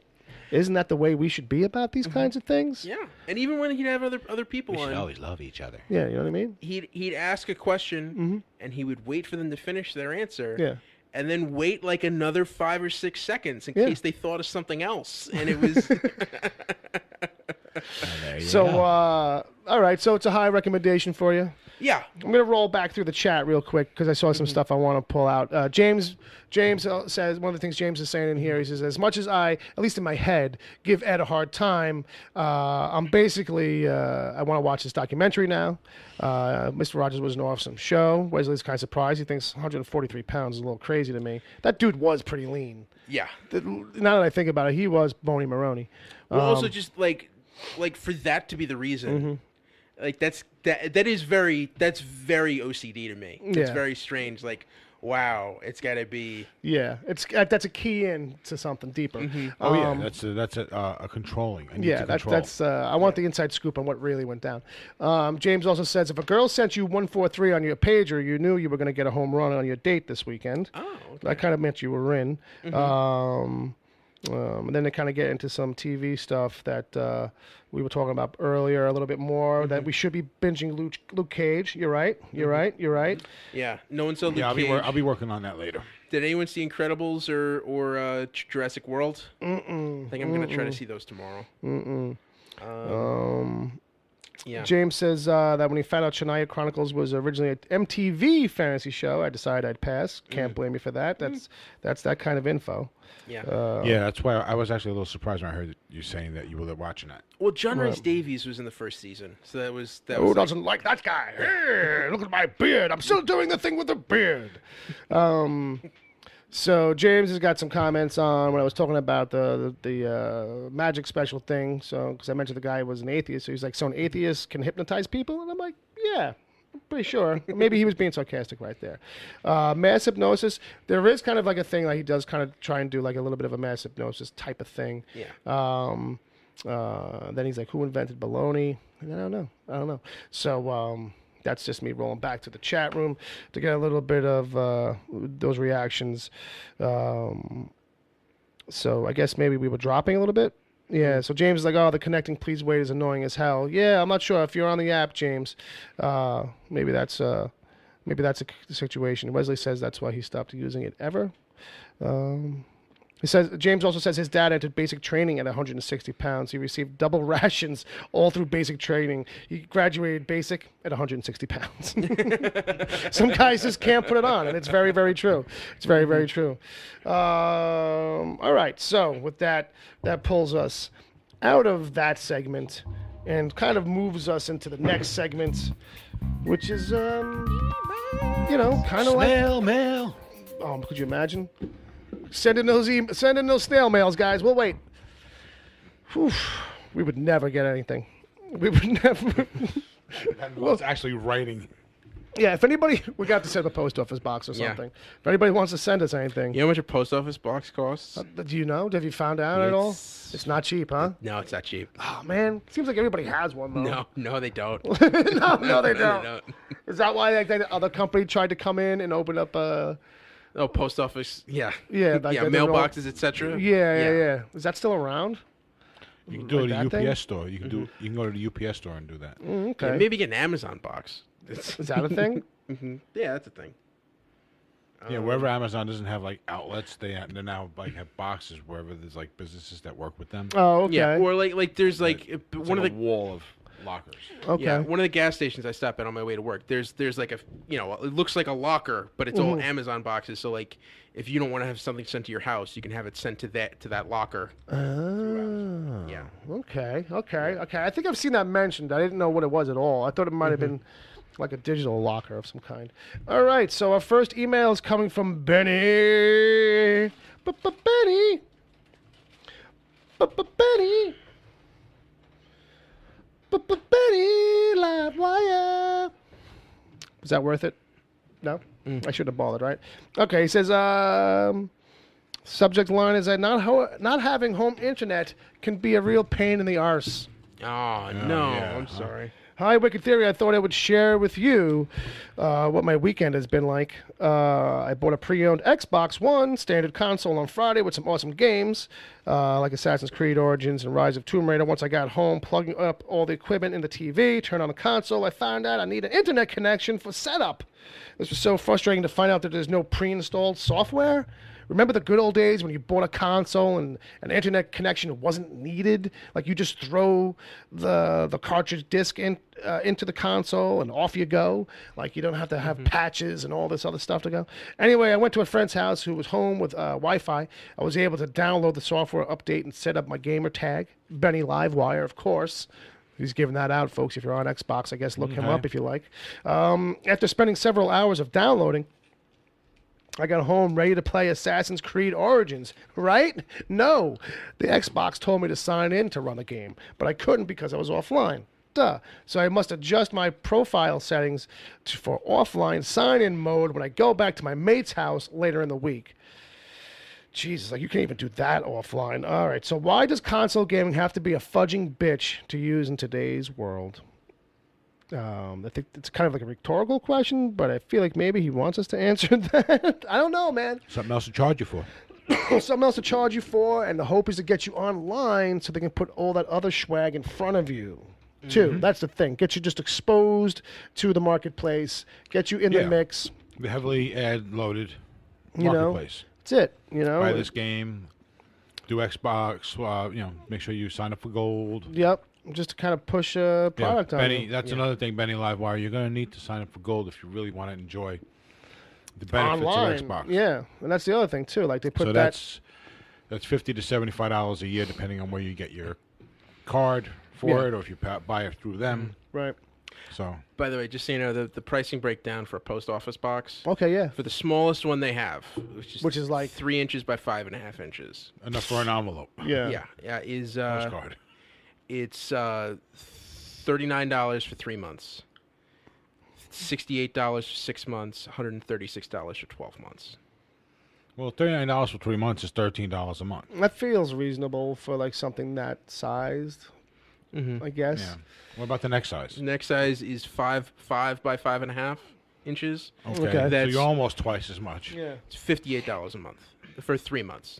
$58 for 3 months, $200 for the year.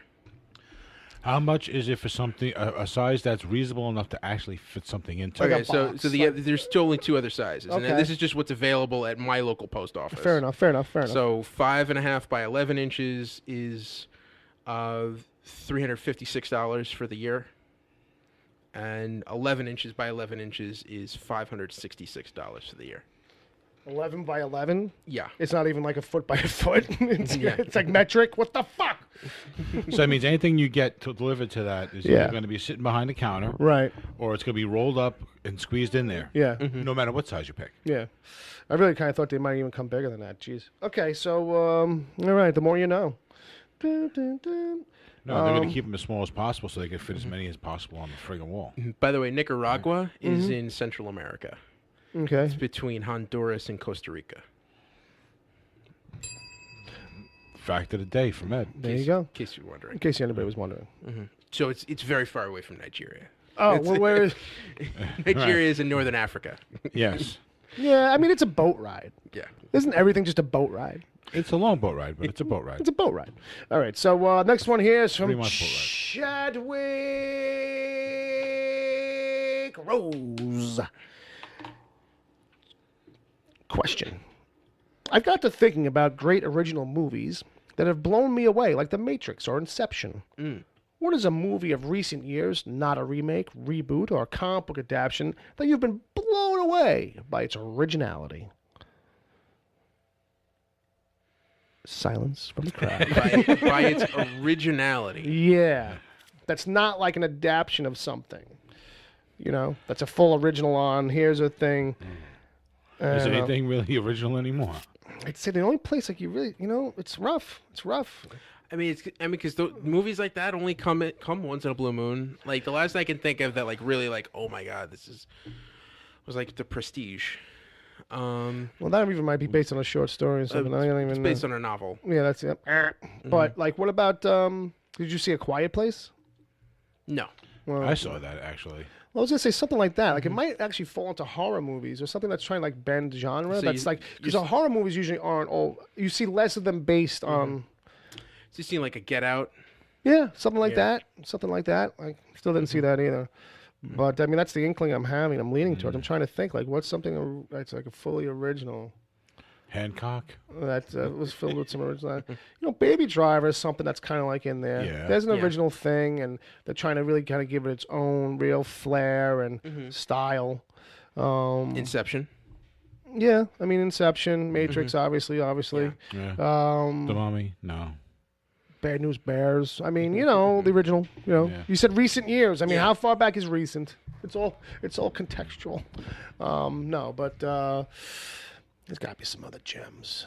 I mean, because like I'm Gran thinking, like, Torino, just to go back Yeah. on things we've mentioned tonight. Right. I'm thinking like my favorite movies of like the last 10 years. I'm just like Social Network's up there, and like that's Yeah. a movie that like there's nothing visual in there, but I think from like a narrative standpoint, and the Yeah. way that story is glued together, if you look at that as just a from a structural piece, it's You know what? And I'm gonna go like I mean these movies. Like I think you're more right. Like if you're talking about true like originality, like Yeah. what stands out, I think you'd be hard pressed, especially when you're narrowing it all down based on like where's it coming from.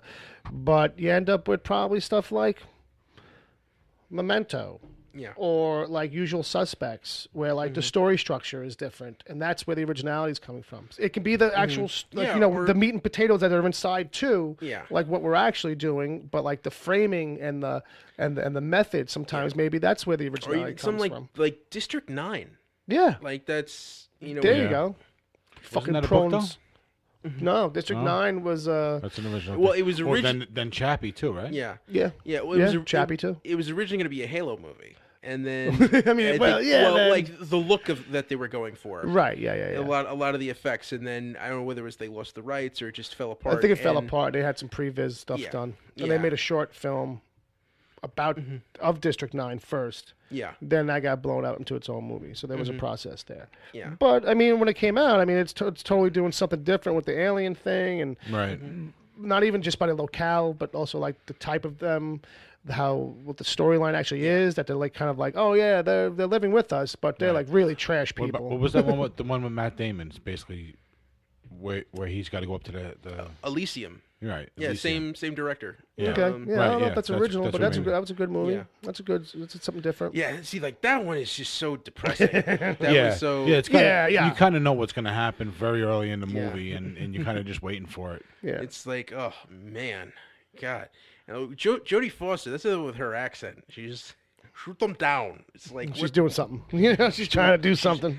I was doing something weird. I Try to be you know, different. I think I kind of have like a Jodie Foster thing going. I can get it down, but then if I go too far with the lisp, it sounds like Holly Hunter. I just like It rolls right into Hollywood. You're right. It does. Let's not get the two of them in a thing playing sisters, please. Okay. Or if they haven't, Please why not? do. Oh, please do. Please do. Because that should have happened a long Please- time ago, yes. right? Yes. We Yes. should get a movie where it's about like them trying to film a pilot for a TV show, and it just doesn't go right. And they're nothing but angry, pissed off and angry. Lots of S sounds. Lots of shh.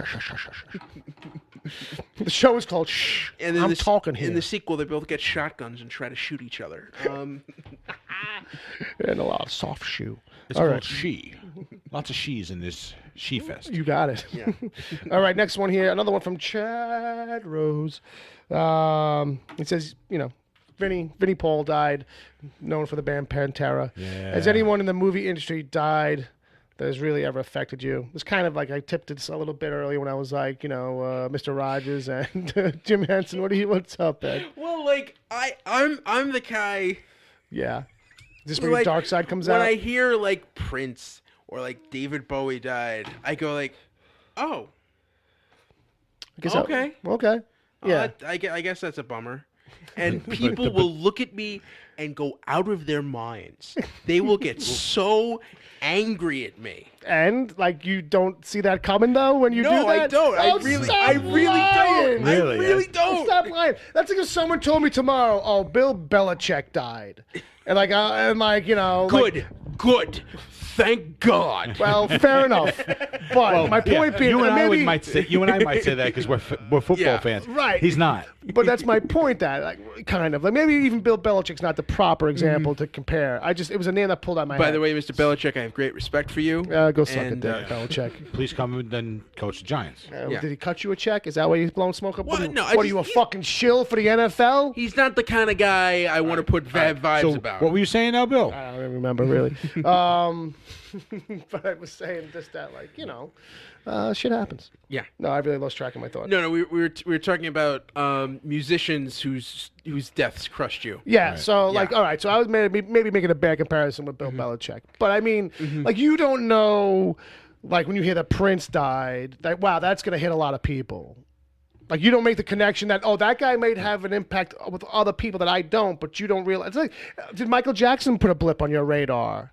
Like, he may not have been like the guy for you. Bill, Yeah. this is a guy who listens to podcasts, show tunes, and Richard Cheese. Therefore, he should probably fucking be more in the loop on some things of pop culture. He doesn't have to follow them, but I'm in the loop. Like I understood like it was a big deal, but like I didn't understand why everyone was like feeling like, oh, it's over now. Like there's nothing great can ever happen musically again. Well, here's Like- the thing. like That's people just how going every. to- Well, that's the loss, right? So here's how this has happened. Here's why this Yeah. happened for you, because that's the loss, right? Multiplied by the number of people. because the loss is always there when somebody loses somebody that they fucking followed or loved. But now when that number is bigger, that audience base is bigger. Yeah. That's why suddenly it feels like, well, I don't know why everybody's going on about it. So I get why, like, maybe you didn't realize, oh, they were a level 10 celebrity. You know what I mean, on the scale. Maybe you thought they were like a 7 or an 8, like just because I didn't realize. I'm sorry. So when Michael Jackson died, Well, no, because he was a Nothing? horrible person. Because he was a horrible, miserable person Well, who hurt, maybe, you know, in the who last hurt few a years. lot of people. But my point is, like, okay, so that's a different argument than I guess. It's turning into, like, people shouldn't have been as maybe as worked up about it. Yeah, is what so you're that saying did with not that. have. Like, I would say the last death, like celebrity death, that I really, really felt Yeah, fair enough. was Robin Williams. Sure, Robin very Williams. good. That's And a I good remember one. Leonard Nimoy passed around the same time, and I remember, like, I personally felt tragedy, Right. but I didn't feel angry that other people didn't. Like, that was. Okay, well, maybe you saw some of that online, Yeah. I guess, from some of the other people. Like, oh, like, well, that's everything. maybe you now, just right? don't see it at the same level that some people do. Because sometimes when people lose an icon that's special to them, it's because in their eyes they are that much above the rest of the people in their field. So they're the greatest. So now we've lost the greatest. Now it's just the mediocrity that settles below. You know what I mean? So to them, it's there's that kind of a there's reminder. kind of a that much more. You know what I mean? It's like that vacuum that's created now. Like, you know, Right, you right. tend to feel it more when someone is Like- actually like a genius, like Right. like Prince or something like Right. that. Like, even if that music wasn't for me, let's say, Yeah. it's like, oh, I know enough to know that. Right. Like here's an example that might like give you a better idea. Like Buddy Holly, the Big Bopper, Richie Valens, in that one moment, well, that's a- 3 Yeah, young vibrant musicians. yeah. That's a sucking sound. Pro in their period of being prolific, all died, and left a big hole in the music industry. You know what I mean? So that's something that everybody felt. Right. So Bauer Fett put in the chat room, Carrie Fisher, end of story.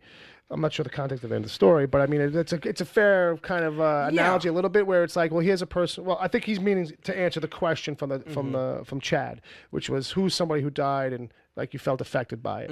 I think Carrie Fisher is a good example where it's like, well, there's somebody from movies that like, you know, we're kind of like really kind of like Well, like, miffed to see go. the question was more concerned with music. Well, no, Like, it was what it was musician- movies, TV, music. Oh, movie- it was okay. the slash. We fell into music as we conversed out of it. Well, I mean, to that, I would probably say Yeah. like it was Robin Williams. Yeah. I Oh, think yeah. That was Sure. That's a great one. and more Yeah, so. I felt that one. More so the circumstances. Well, That that's was- well, that's that what was- compounds it that- for sure. That's yeah. you know, I mean, And the age too. yeah, because it was you know it was unexpected and Yeah. everything else, and you know with Anthony Bourdain, it's like Sure. You Yeah. know, See, that's one I didn't really get, but a lot of people did. well, you know. Yeah. and that's Vinnie one, Paul today, I felt. You know, yeah, I'm not a monstrous Pantera fan, but I felt it. You know what I mean? And Pantera for Yeah, because they were really. a guy who doesn't know, like you, Ed, or like, and I only know Yeah. peripherally. Pantera's got a pretty intense following as Yeah, as they metal were- bands go. Yeah, Like, you know what I mean? If they didn't end up breaking up, it would have been more. They could have escalated to that level that Metallica's at. Yeah, they would have become household. They were all like, you know, they are to a degree. Don't get me wrong. Yeah, But they Well, would have they were- transcended it yeah. a little bit. Their second album went #1 the moment it was released. That Yeah. kind of stuff. So Yeah, they were on a trajectory like yeah, they were like a rocket but- ship. Well, they had like 5 albums. So they were out for a while. So just to go back to the chat room, really good, Bick. My biggest chat says his biggest one was Jeff Henneman. Oh, Henman Oh, Jeff Henneman from Slayer. from Slayer. Jeff was a big influence on him. Sure. Hugely. And then he makes That's another right. That's post. Chad? Hugely, yeah. Yeah, Keeps Chad going back plays to that. guitar, right? So yeah, I could see that for sure. Yeah, you gotta drink a Heineken for him. That was his beer. So Chad, here's a little insight to Chad. I mean to James Beham. yeah. I was barely affected by my grandmother dying my senior year of high school. So a celebrity, I don't know. Yeah, I know. I think it was a celebrity I don't know. You're right, Yeah. right, more like that. Which, by Fair enough. maybe I'm the same. Maybe I'm just a cold-hearted bastard. And Yeah. that's my problem. His grandfather died and he was a pallbearer. Never cried. And I get that, you know. It's like, how do these things affect you? How do some things do, some things don't? And usually, I'll say as guys, because it's so rarely that we're actually really affected, that when we are, it's kind of a surprise. It's like usually like when you do get hit with something like, oh my God, that got me. Like it's a little bit like that sometimes. We're like, ooh, I just felt that. Like, so whichever way it comes from. I'm so used to keeping that under control that it kind of like sneaks up. Yeah, it's like I wasn't expecting to break right there. Am I going to break? Fuck. Like, Damn, is it here? I know this is a funeral or something like that, but whatever it might be. So the question did come out of the chat room: who is someone's death that you dread on the famous side?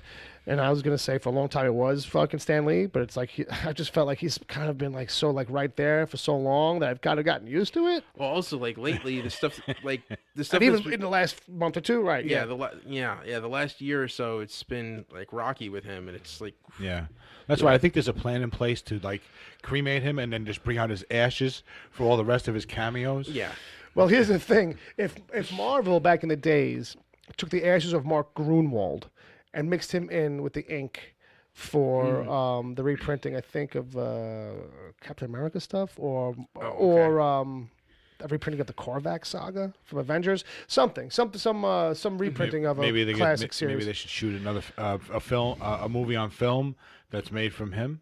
Well, I was gonna say, like, what do you do for Stan Lee then? Like, if that's what the most you've done for a guy who wrote for years. Granted, it was under a different regime at the time, so who knows if they would do anything similar. Like, are you going to send Stanley's ashes to the fucking moon?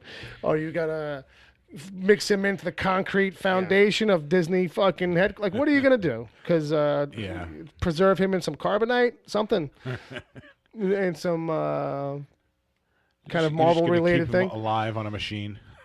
If I was him, I'd be like, make it look like I'm in the collector's trophy room or something. Yeah. Put me in like standing upright, and people will think it's a mannequin, but it's really me. You want to give him the Lennon treatment? Like, just have that smile with the glasses. Things that flow in formaldehyde don't really look that great. That's and don't forget the button that when you press it says Excelsior. But it sounds like underwater. All right, so real quick, just to keep the chat room alive a little bit, to round that out, Bowerfett says he dreads the death of Billy Joel, Uncle Jay, and Agent Palmer. And I'm not sure why for any of those. I mean, Billy Joel I can understand. Yeah. No, definitely not. No. So then Wesley says Adam Savage from Mythbusters is a great personal hero, I guess. He's like, I will not want to see the day that Adam Savage dies. I will tell you this. Adam Savage should, if he hasn't already, build his own casket. Right? Because that guy's all about the builds now. He's all about builds. If you follow him, see him online. He's probably got a Star Wars casket. Whatever it is, he's built it himself. He's a huge Star Wars guy. I mean, I watched him do the maze from The Shining, like he did like a scale build of the maze of in the book. Well, the maze that you see in Stanley Kubrick's movie, the one that's in this the tabletop mock-up, he rebuilt that. Which only you have the footage from the movie to go by and all this kinds of stuff. So the dude loves minutia. Let's just leave it at that. He loves to find details. So he built the maze from the movie. He didn't build the top. Well, you wouldn't want to build the topiary and all that. The actual carvings of the wood stuff, like the animals that are more in the book. Yeah, no, he didn't do that. He just kind of did that kind of. He did the maze shrubbery. Yeah, the one that's like he reconstructed the one that you see in the movie that's on the tabletop that like the camera zooms in It ain't and then complete cuts until to this snow. Well, that's his next, and that's probably his next move is to make the real one in his backyard. Add the shrubs. It's not complete until this snow. That's what I'm saying. Just do like the Brady's did. Crush up some Frosted Flakes, spray paint them white, and there you go. He should do it up around Christmas time. Yeah, you ever do that to be really mean to somebody? Just What? tell them that their hero passed away suddenly. Like you ever think about doing that? No, you evil fuck. I want to delve more into this. I want to find the train where this is right now, the track you're on, Like, because I want to find your If evil. Uncle Jay barges in tonight, if I tell him he just found out Martin Scorsese passed away, like You want him to fucking kill us when he finds out we were lying? Don't use Scorsese. Use somebody else. Berenger. Well, no. Don't do Tom Berenger either. Brian Singer. All right. That's someone that everyone. Well, kinda yeah, I wishes mean, well, was dead. after you hear what Singer's done, good riddance. Jesus. Yeah, really. Jay would probably do stuff. Who fucking gives a shit? Yeah. Well, I Probably no, choked on a hey, cock. I love Brian Singer's work, you know, Right. but if half the stuff you've read about him is true, oof. So one more email here. Unless I managed to miss one from Wesley. No Wesley email this week. All right. We're gonna finish with an uncle with James Baham. All right. Hello everyone. In case anyone forgot, in case anyone missed it, fuck you, Jay. Fuck you for not being here, fucking asshole. His question is: Preacher will be back soon. Will we finally get to meet his family? Yes. That's the question so far is yes. Do you think they'll do them justice? We'll see. Have they hit the point where they can truly reproduce the graphic novel? They have finally hit the point where they can truly reproduce the graphic novel. They're not going to do it. Will they have to tone it down for TV still? Yeah, I mean, that's just kind of like the way it goes. But here's the thing. The show picks and chooses kind of what it wants to do. So, like, to say that they... wants to do it. Right. And so to say, like, oh, they're going to tone down stuff is an odd thing because sometimes they do such crazy other shit, or even if it's new or if it's reinterpreting stuff that's in the book, that's over the top. You almost wonder why they didn't do certain things To begin with. To begin with. Like, you know what I mean? So I think it's a thing where, like, they're kind of really grown into their own skin. Season 3 is going to be make it or break it for the show. It's going to be make it or break it for Preacher vs. Preacher as well. We're going to see how it goes. To give people a little insight into this weekend is the first episode back for that series. Yeah. Okay. Me and Dom, Bob has opted out. Oh, absolutely. I'm done with that fucking show. As anybody who was listening to PvP might remember from the wrap-up of that season, Bobby was done. So it's, for now, it's just going to be me and Dom, and we're going to see how it sticks with us to see if we continue. I think Dom is more on the fence than I am still. So it'll be interesting for people who are fans of that show and of Preacher vs. Preacher to see where we end up, where that episode starts out. Yeah. At least, Yeah. because Dom had pretty much a similar opinion to mine. well, the yeah. most part. I mean, he leaned more towards where Yeah. you're at. You know what I mean? He's willing to give it one more go. Yeah. And then if it ends up being just me and guests, maybe that's where it goes. You know what I mean? So we'll see. We'll see how it goes. But I'm sticking to it. My plan is to stick to it. Right. Yeah, and Sarah and I will also be covering it on the DCTV report. 'Cause Right. It is a Fair DC enough. show. That's true. Okay. We talked about the episode titles for this season, which Sarah says reveals, Quite a bit. Yes. Yeah. Um, Probably does. I've dodged it myself a little bit, not okay. to avoid spoilers, but just because, like, I'm trying not to. I have high hopes for it. Yeah. But it seems like a thing where it's like I'm trying not to put too much into it. I do like the stuff I've seen. I've watched a lot of the preview stuff and the clips. Like, I am more in line with the show, but I don't want to get too deep onto it now. But yeah, Preacher vs. Preacher's coming back. It'll probably pop up Monday or Tuesday, Wednesday. Depends on when we record. And there you go. And there you go, kids. Yeah. So James, look forward to that, buddy. Then he's got a PS. My wife is pregnant again. Almost 8 weeks pregnant. So congratulations. Yay. Says, God have mercy. I'm a father Yeah. to a third child. Well, in And, that case, I'm sorry. So I would suggest that if you want more, keep doing what you're doing as is. If you don't want more, Watch more TV. follow the guides of my parents and shut down the factories, whether it's you or her. Yeah. Having a little something done. My mother saw one look at me and she's like, tie those tubes. And I was like, all right, I guess. I mean, I was a baby. I don't think I said that. But I was like, I was a little insulted. That's from my stand-up act. I do it a little different in that, though. Yeah, the Rodney Dangerfield accent helps. Hey, I tell you. So, okay. Do you give your mom a voice? Was that? Do you give your mom a voice? Yeah, but I can't. I don't want to do it here because it's like I have to be in the zone. I have to be in the place for it. Yeah, Think Edith Bunker. yeah. It's like that, but not as shrill. Tie those tubes. No, well, you got to do 2 packs a day first. Yeah. add 2 packs a day to Edith. tubes. Die those tubes. That's both. Those are all wrong.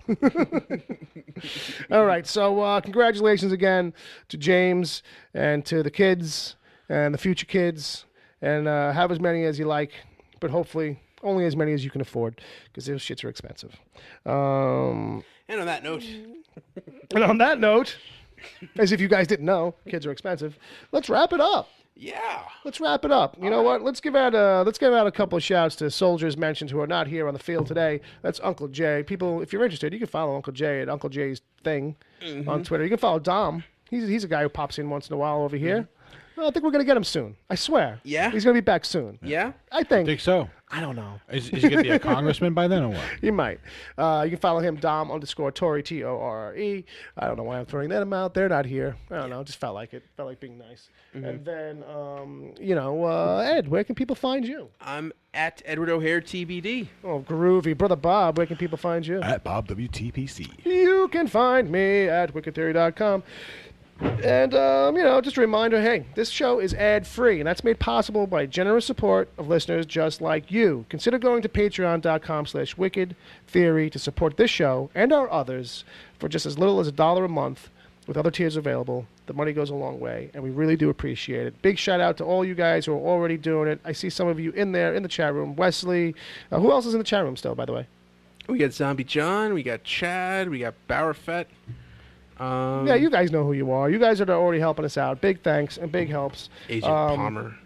Some people out there, maybe it's time to renew your credit card. I don't know. I never say anything to anybody whose credit card doesn't work anymore. I feel embarrassed to kind of send a message and be like, hey, I don't know if you know. See that's your problem right there. That's yeah, your problem. but I feel like that's crossing a little bit of like a line. No, where it's not. like, because I feel like it's different to one thing to ask. It's another thing to kind of pull somebody to the side and be like, I'm just saying it so you know that your credit card's not working. No. I'm not pulling you to the side to let you know so that I can make sure I get my dollar. No. Once is a friendly reminder. Right. Twice would be excessive. Okay. Because to be honest, I get the email. It's like, oh shit, I forgot. Thanks for reminding me, man. Let me go in and change it. Okay, fair enough. I mean, like, yeah, but That's- you're a different kind of person. You know, I could mention it to you actually in person if I saw it was you. Yeah. You know what I mean? There are other people like because they're genuine fan listeners. I don't. I feel like it's just a comfortability thing. It's just like it feels like a line. It feels like a little bit of a line. You know, I don't want to cross it. I don't want to ruin anybody's good time. I don't want anybody to be like, this jerk off's hounding me for $1. Is that what's going on here? And it's like, Well, no. Speaking as someone who's worked in customer service, and I won't say what I do, but the type of people I deal with every day, Right. they appreciate that reminder. More. Some of them. I mean, even grudgingly, when they're like, you just want my money, it's like, yeah, but you really want what we offer you too. So Like, yeah, that's a good point. Yeah, that's a good Yeah. point. I do like your service. I do Yeah. like your service. Fair So- enough. Fair enough. So we should make our service better. So right. So they really feel like. Brother Bob, whenever you're ready, you can take us out of here. I didn't mean to wait. I know I put you to sleep. I'm at Bob WTPC. I'd like to say that much I first. thought we got you. I thought, No, you didn't. I went right over him. I'm No. sorry. People, follow my brother, would you? You know? Follow Forget him on all about Twitter. me. I mean, you know, if you're going to follow me, I don't know if you all do, but I mean, follow my fucking brother, huh? Bob, take us out of here whenever you're ready, baby. You sure? I am. This time. You sure? Yeah, this time. This time I'm sure. How about you, Ed?